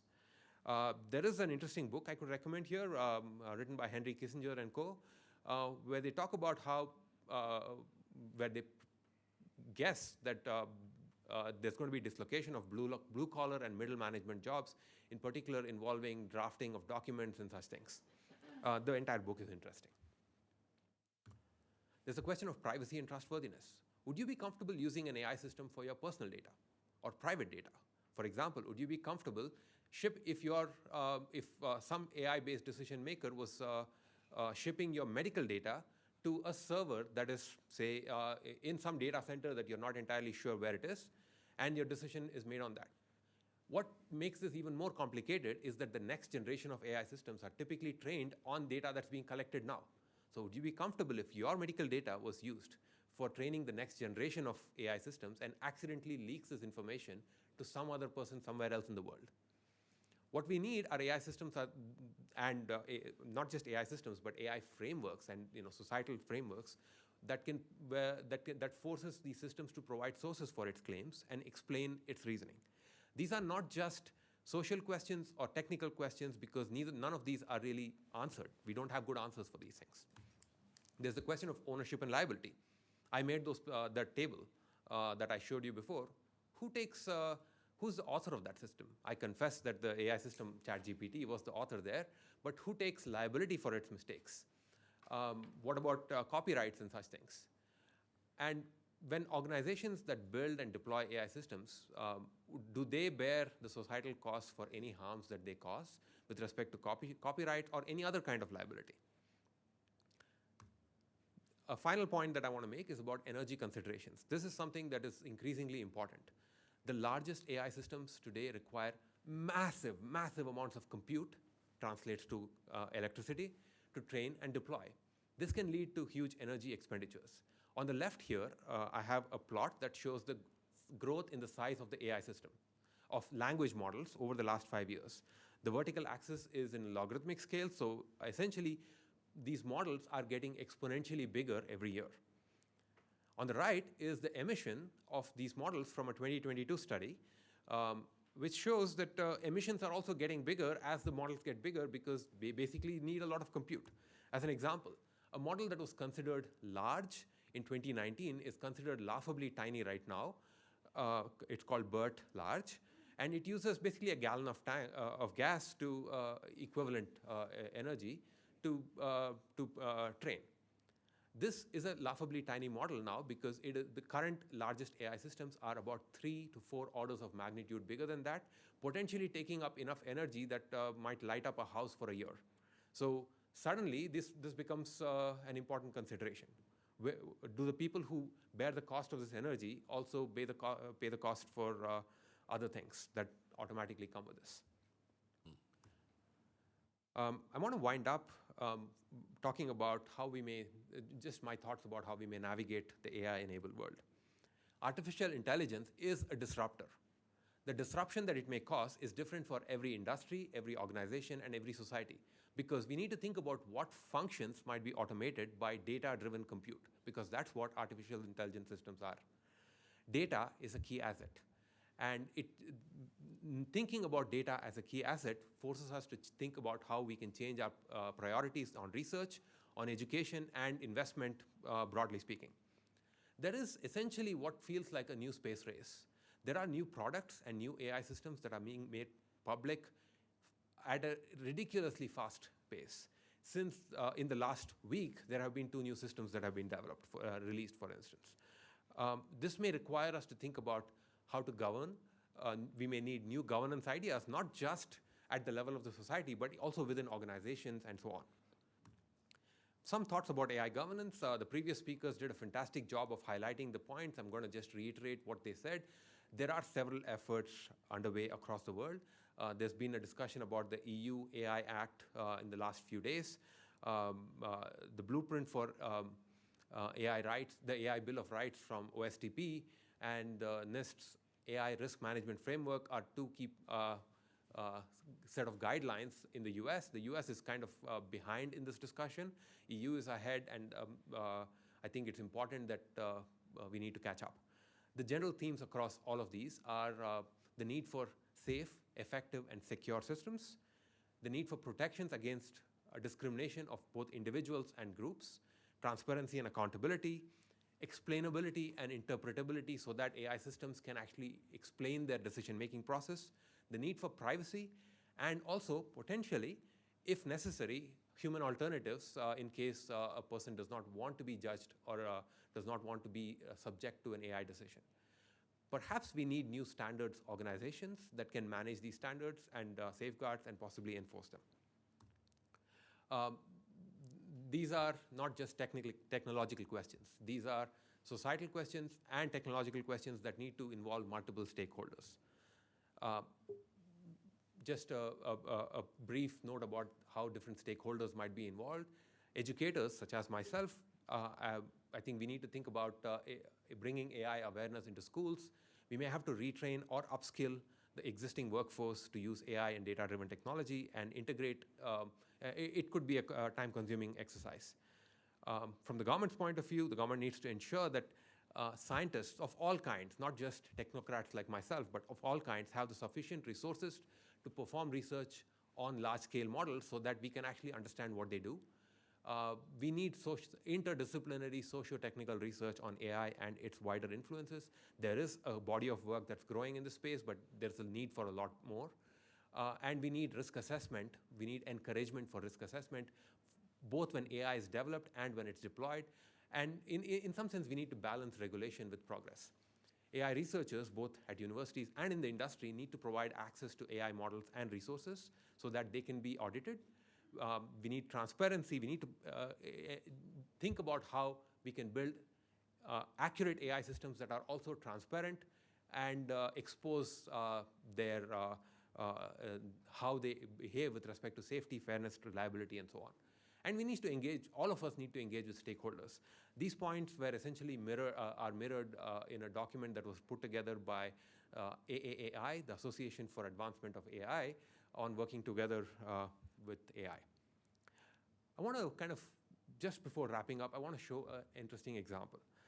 This is at the top of this slide is a prompt that I gave to ChatGPT. Write a one-paragraph visual description of Salt Lake City without mentioning the name of the city. And everything in the white font was written by ChatGPT. I mean, I'll let you read it, but it's nice. It seems interesting. And I added a bit of a little prompt, a blurb at the beginning of it, an artist name painting for that thing. And I gave it to a different AI system. When I said Picasso, it produced a painting that looks like Picasso. When I said Van Gogh or Rothko or Dali, it produced paintings that look like them. This is exciting. This is truly, none of these paintings are by these artists, but they are by them, because these systems were trained by them. This is what I would like to say. We are at the beginning of this AI-enabled world. It's a fantastic and really exciting set of tools, but also with broad-reaching societal impacts. And I think we need to think about how these tools interact with each other and with us quite deeply. To wrap up, AI tools are here to stay in some form or another, and there are public-facing deployments out there, and there are clear benefits. There are internet-scale societal impacts, and this is going to impact many different walks of life. People like myself, researchers, we study whether certain tasks can be automated. Whether they should be automated or not is a decision that needs to be made by all of us, not just by people who sell AI systems, not just by people who make AI systems. And I think this should be a discussion that involves all of us. Thank you. I'm happy to answer questions. Thank you, Vivek. Very, very informative. Questions from the committee? Senator Owens? I'm kind of blown away by this, just amazing technology. Thanks for your presentation. And so you can just put in prompts. Just wondering if you think that AI could replace politicians one day. No, of course not. Oh, good. That's the right answer. Representative Elison. Thank you, Mr. Chair. So let me make sure I understood something that you just said in your presentation. So AI imposed a coat on the Pope. Is that what you said? Not imposed, but essentially painted a picture of the Pope wearing a jacket. Okay, that he did not wear. So let me ask you this question. So could AI at this point, or potentially in the near future, place a person in a location as though it were a photo, say in Europe, while they're committing a crime somewhere, and then that could be used as evidence saying, I wasn't in LA, I was actually in Rome on vacation with my girlfriend, and here's a picture to prove it. This is a fantastic question. I believe the answer is yes. And this raises points about what we admit as evidence. I believe that if it's not already here, it can be there very soon. There are AI-driven digital, basically photo editors that allow us to, and these are, the thing is not just that they are there, they are being deployed in consumer products. I can potentially, maybe in the next few years, use such a thing on my phone. And I could easily create those. Most of us could easily create those kinds of artifacts. And that raises questions about evidence.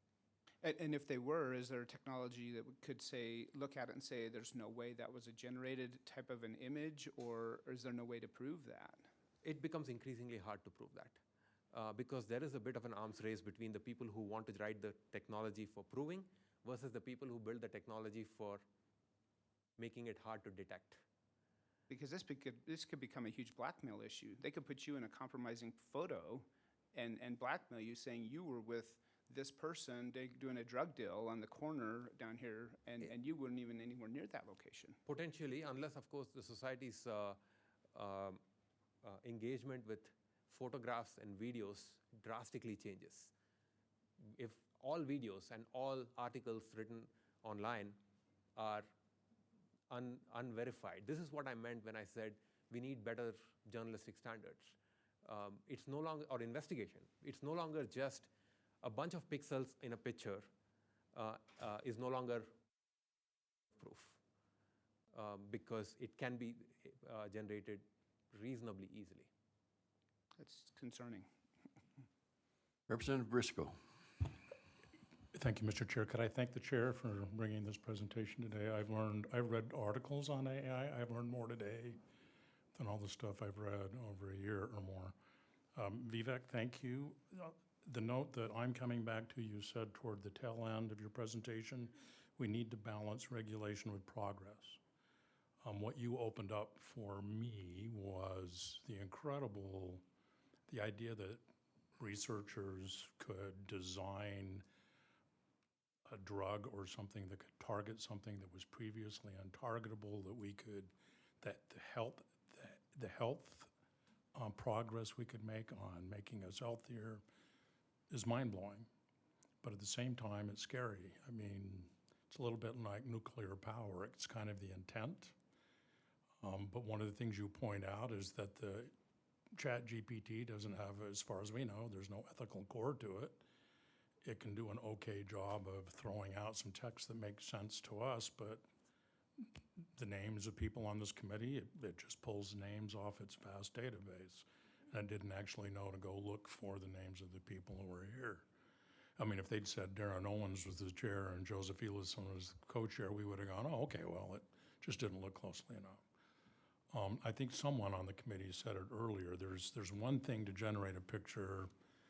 There's another thing to make. It's one thing to generate it, as you pointed out, the ability to do something, and then it's another thing to make decisions based on that, like giving a person a loan or not, like issuing a warrant for arrest or not, like letting someone into an institution of higher education or not, giving a person a grade or not. We need to get on this. Thank you for coming today. Very helpful. Thank you. I have a question too. What about militarily? Say artificial intelligence tells Russia that we have launched 4 ICBMs that are headed towards Moscow and wherever. Satellites and artificial intelligence jams the satellites, so we don't know for sure. And then they answer with 4 more ICBMs our way. I mean, could that possibly happen?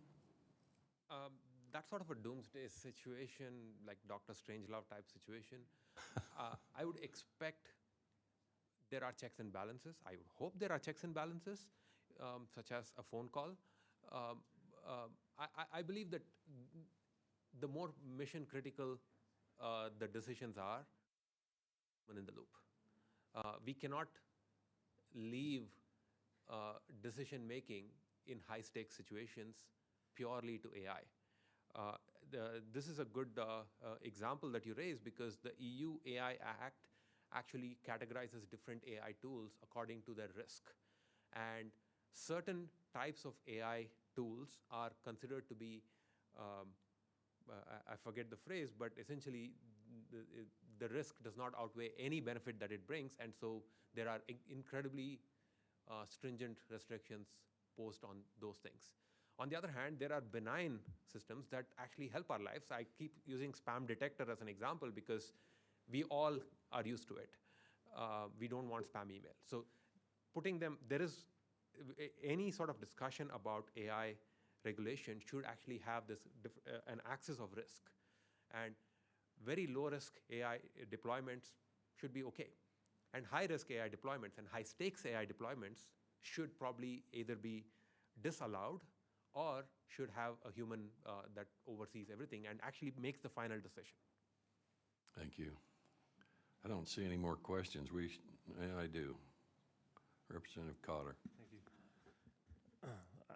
So if AI is used to generate a photograph, like Representative Ellison was talking about, is not there some kind of a fingerprint left behind that you could traceable, law enforcement could follow and say, this is a very good suggestion. In fact, the companies like OpenAI are developing, I believe they are, I can't speak to what they're actually doing, but there is talk about a digital fingerprint on AI-generated text and possibly AI-generated images. But I do want to note that these tools are available not just from companies like OpenAI, but I could, with sufficient training, download one of these things and run it on my own computers, provided I have a big computer with the energy requirements that I mentioned, and disable the digital fingerprinting. So we cannot rely on one provider providing these digital fingerprints, because there is always going to be a market for someone who does not do it. And that market might not necessarily be legal, but it might exist. You also mentioned it's going to require massive amounts of energy. Yes. Electricity? Electricity, yes. Okay. Basically, We also handle energy in this committee. So yes, so all the advances on AI that we see today, the generative AI systems, are trained with huge GPUs that are typically made by companies like NVIDIA. Now these GPUs are extremely energy hungry, to put it mildly. As an example, I believe that Google's Bard, or Google, there's a language model from Google called Palm. Palm cost, I think, about $10 million to train. It's possible that GPT-4 or one of the GPTs cost about $8 to $12 million to train. And most of this cost is, there are only two things that this money goes into: collecting data and paying the electricity bills. So it's a lot of energy. Thank you. I don't see any more questions. We appreciate you, and we'll probably be back in touch, or at least some of our drafting attorneys might be, because there's been bills filed on this. Thank you so much, Thank you Vivek. so much. Okay, we're going to move on to this cybersecurity readiness audit. David Gibson and Jesse Martinson, the audit supervisor and audit manager from Legislative Auditor's Office. Well, when they get through, there's some recommendations that we need to consider in some shape or form, so go ahead. Thank you, Chair Albrecht. We performed an audit looking at the cybersecurity the state of cybersecurity within the state of Utah, and we looked at various cities and towns, counties. We also looked at the 3 branches of government. Now, the legislature is trying to get a hold on this and get ahead of cybersecurity issues. In 2022, the legislature created the Cybersecurity Commission within the Department of Public Safety around improving cybersecurity in the state. And then recently, in the last legislative session, Senate Bill 127 was passed, creating reporting mechanisms for entities that experience cybersecurity breach. So the legislature is trying to be proactive on this front. And so I'll go ahead and turn the time over to Supervisor Dave Gibson. We also had staff on this, Clint Yingling, who helped as well with this. So we'll turn the time over to him so we can go through the findings of the audit. Thank you. Go ahead. Is the presentation up? No.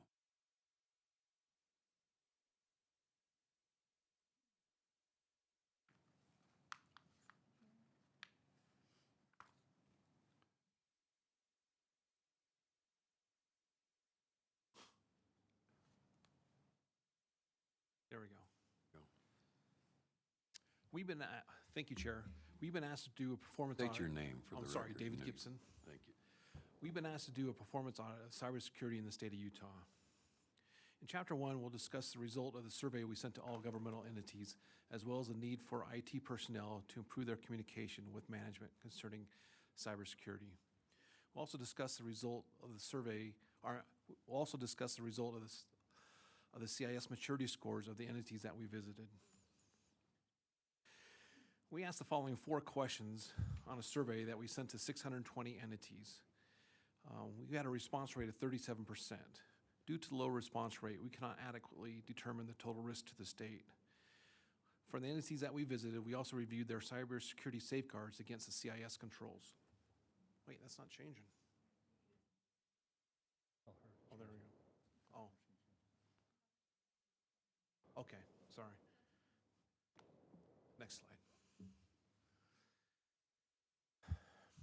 From the survey, we found the entities have adopted a cybersecurity framework. As you can see here, cities and towns is the lowest. So as Dave mentioned, the framework that we were looking at was called the CIS framework, also known as the Center for Internet Security, and that's a recognized resource by IT professionals. Now, the controls prioritize a set of specific and actionable best practices to help mitigate cyber attacks.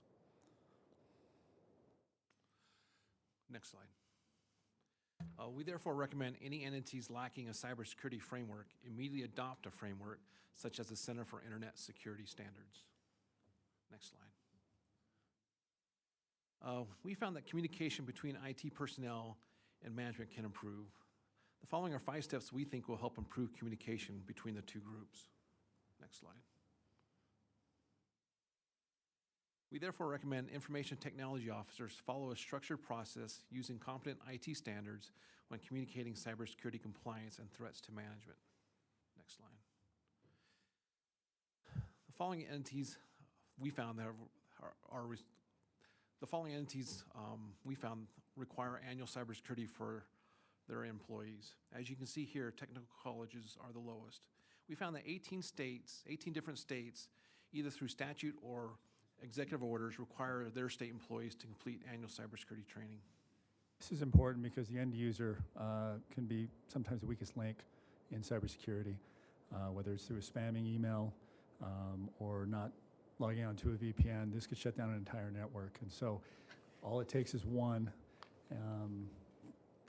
action to kind of shut down the whole system. So we think this is a very cost-effective way to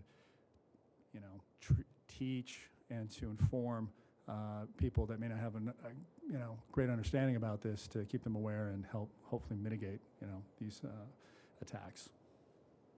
Next slide. We therefore recommend the legislature consider creating a statute requiring all state employees complete annual cybersecurity training. Next slide. We use the CIS standards using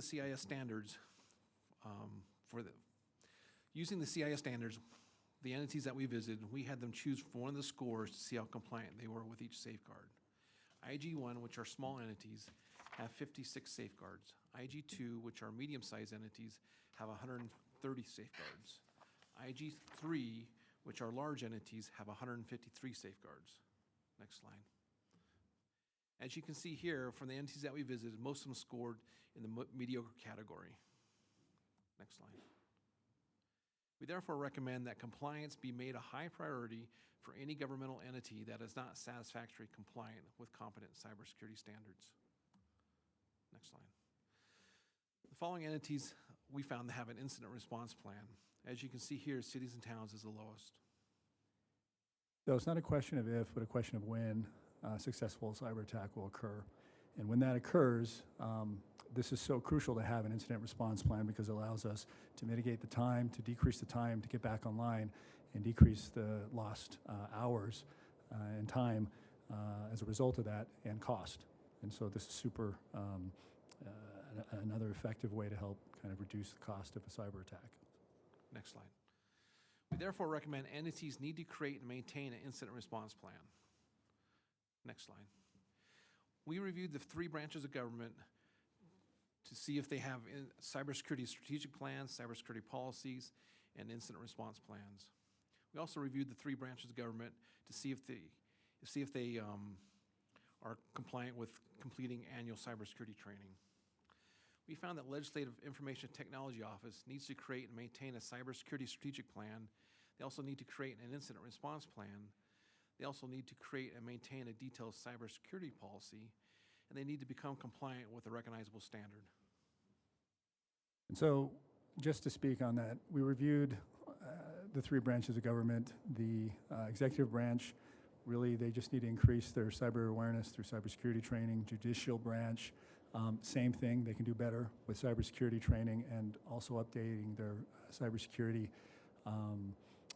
strategic plan. But the legislature, unfortunately, was the one that needs the most work. They lack policies and procedures. They don't have an incident response plan. They don't have a strategic plan. These are all very, very important issues because it helps them, first of all, stay ahead. We had all this discussion on artificial intelligence and all these other cyber attacks and things like that. it allows them to be nimble and to be able to stay ahead of that. And so without those things, it's very difficult for them to stay ahead of the curve. Next slide. We found that the judicial branch, last time they updated their strategic plan was in 2014. We therefore recommend the judicial branch update and maintain their cybersecurity strategic plan. Next slide. We also found the judicial branch employees' completion rates for cybersecurity training for the last 5 years. As you can see here, their highest completion rate was 59% in year 2020. We therefore recommend the judicial branch ensure their employees complete annual cybersecurity training. Next slide. Next slide. Division Technology Services is responsible for delivering cybersecurity training to all executive agencies.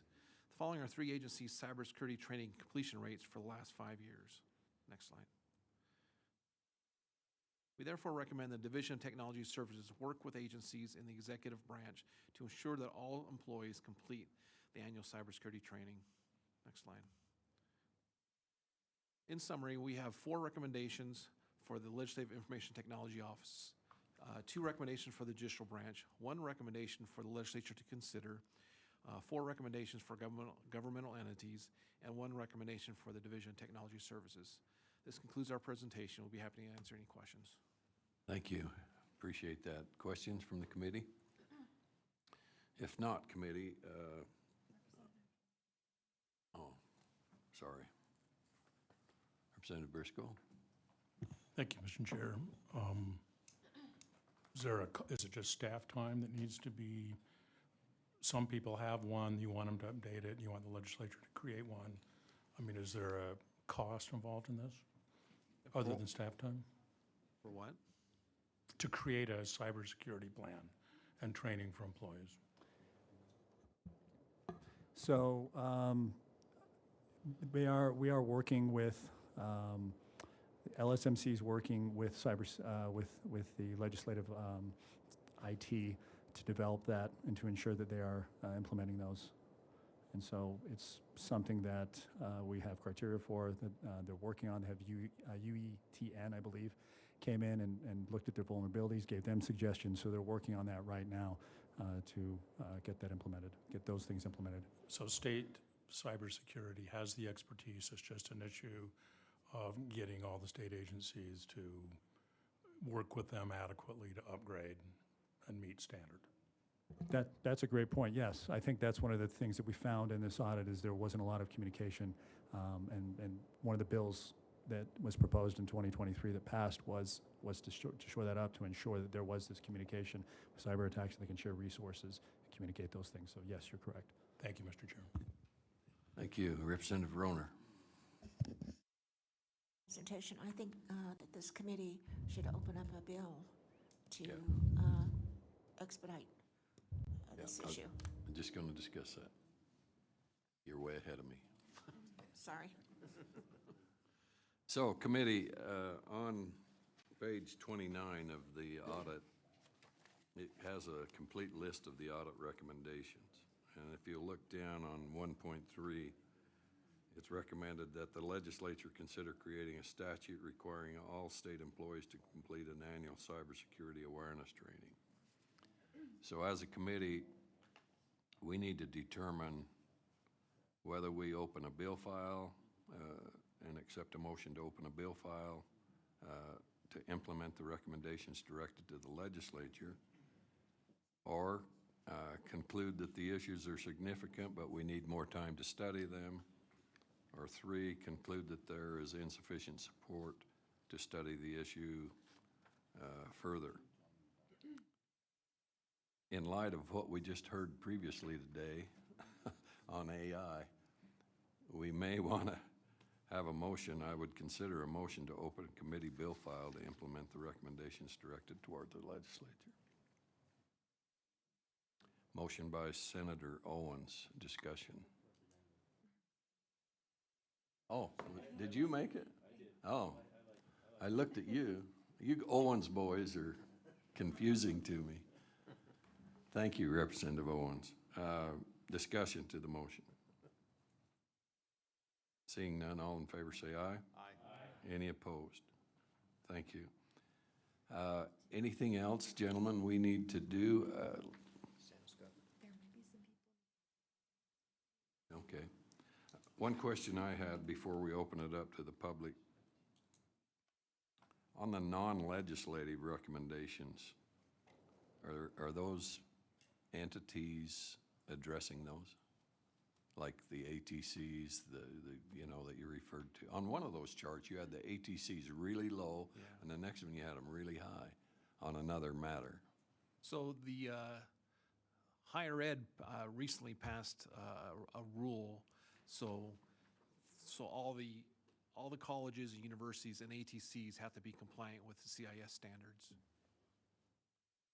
They told me it was going to take like a year and a half to get compliant. What about all of our little small towns and cities? So we did talk to representative for those who represents them and work to get those implemented. And so the people, we have talked to these parties and they are working to do those, implement those recommendations. Okay. Thank you. Let's open this up to public comment. Is there anybody in the room that would like to comment on this audit? Thank you, gentlemen. Yes, come on up. I guess we'll let you go. State your name and who you represent, please. Yes, thank you, Mr. Chair. It's Jess Anderson. I serve as the Commissioner of Public Safety for the state. I just wanted to also put it on record that as we've gone through this audit and worked with the legislative auditors, is the fact that we support those findings of what they've found and recognize there's a lot of work yet to be done. So in 2022, as it was represented, we created the Cybersecurity Commission, which brings together multiple entities, some 40-plus entities, both private and public, trying to work together to solve this problem, understanding in the state of Utah that if a private sector gets hit with some sort of ransomware, it could be catastrophic to us as a state as a whole, not just a government piece. And so we're really trying to build upon a lot of those findings, and we are working with what those findings are moving forward. Part of that commission, we do have a senator and a representative sitting on that commission with us. And as we work together as a collective group, we look to see that moving forward. It's no surprise that eventually this could be take a lot of some fiscal dollars, especially when we get into trying to help some of the local effort down to the counties and the cities, and not that the state can solve all problems, but the fact is resources are limited, what we've found so far, and as we continue to work through mitigating some of these efforts to ensure that people are safe and secure in their networks, it certainly is one of those areas that we see the most vulnerable being those who do not have resources at all. So we're still working through that, devising the plan, working with the DTS and Technology Services and our Cybersecurity Commission as a whole. So I just wanted to give a report on that as we support the findings of this audit, and we'll continue to work toward that as we focus on that out of our commission as well. Thank you. Thank you, Mr. Anderson. One more? Come on up. State your name and who you represent, please. Thank you, Mr. Chairman, members of the committee. My name is Alan Fuller. I'm the Chief Information Officer for the state of Utah. I just wanted to respond briefly to the audit and note that we also concur with the findings of the audit, and we worked closely with the auditors and appreciate the good relationship and their professionalism throughout the audit.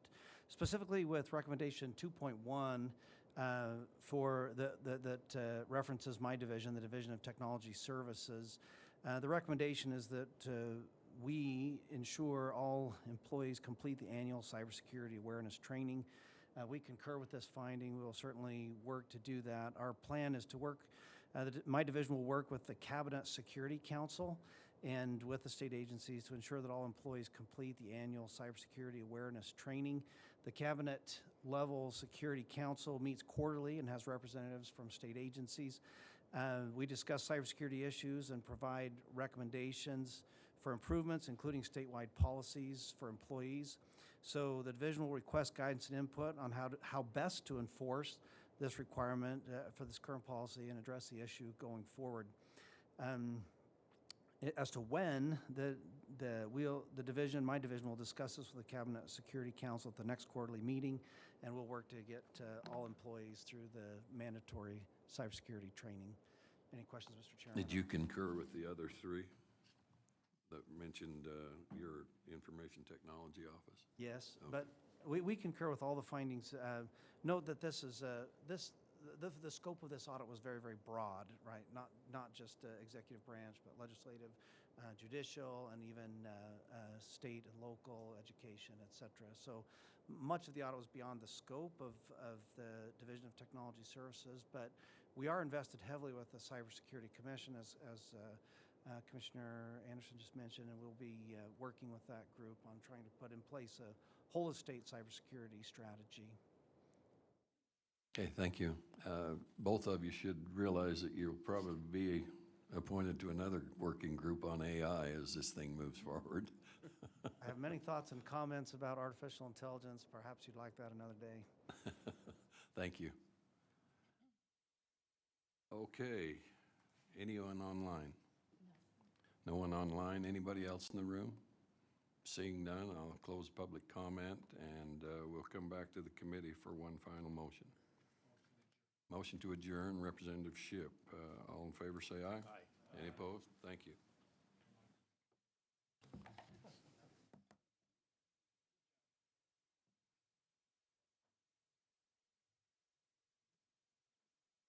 All that AI stuff, huh? I know.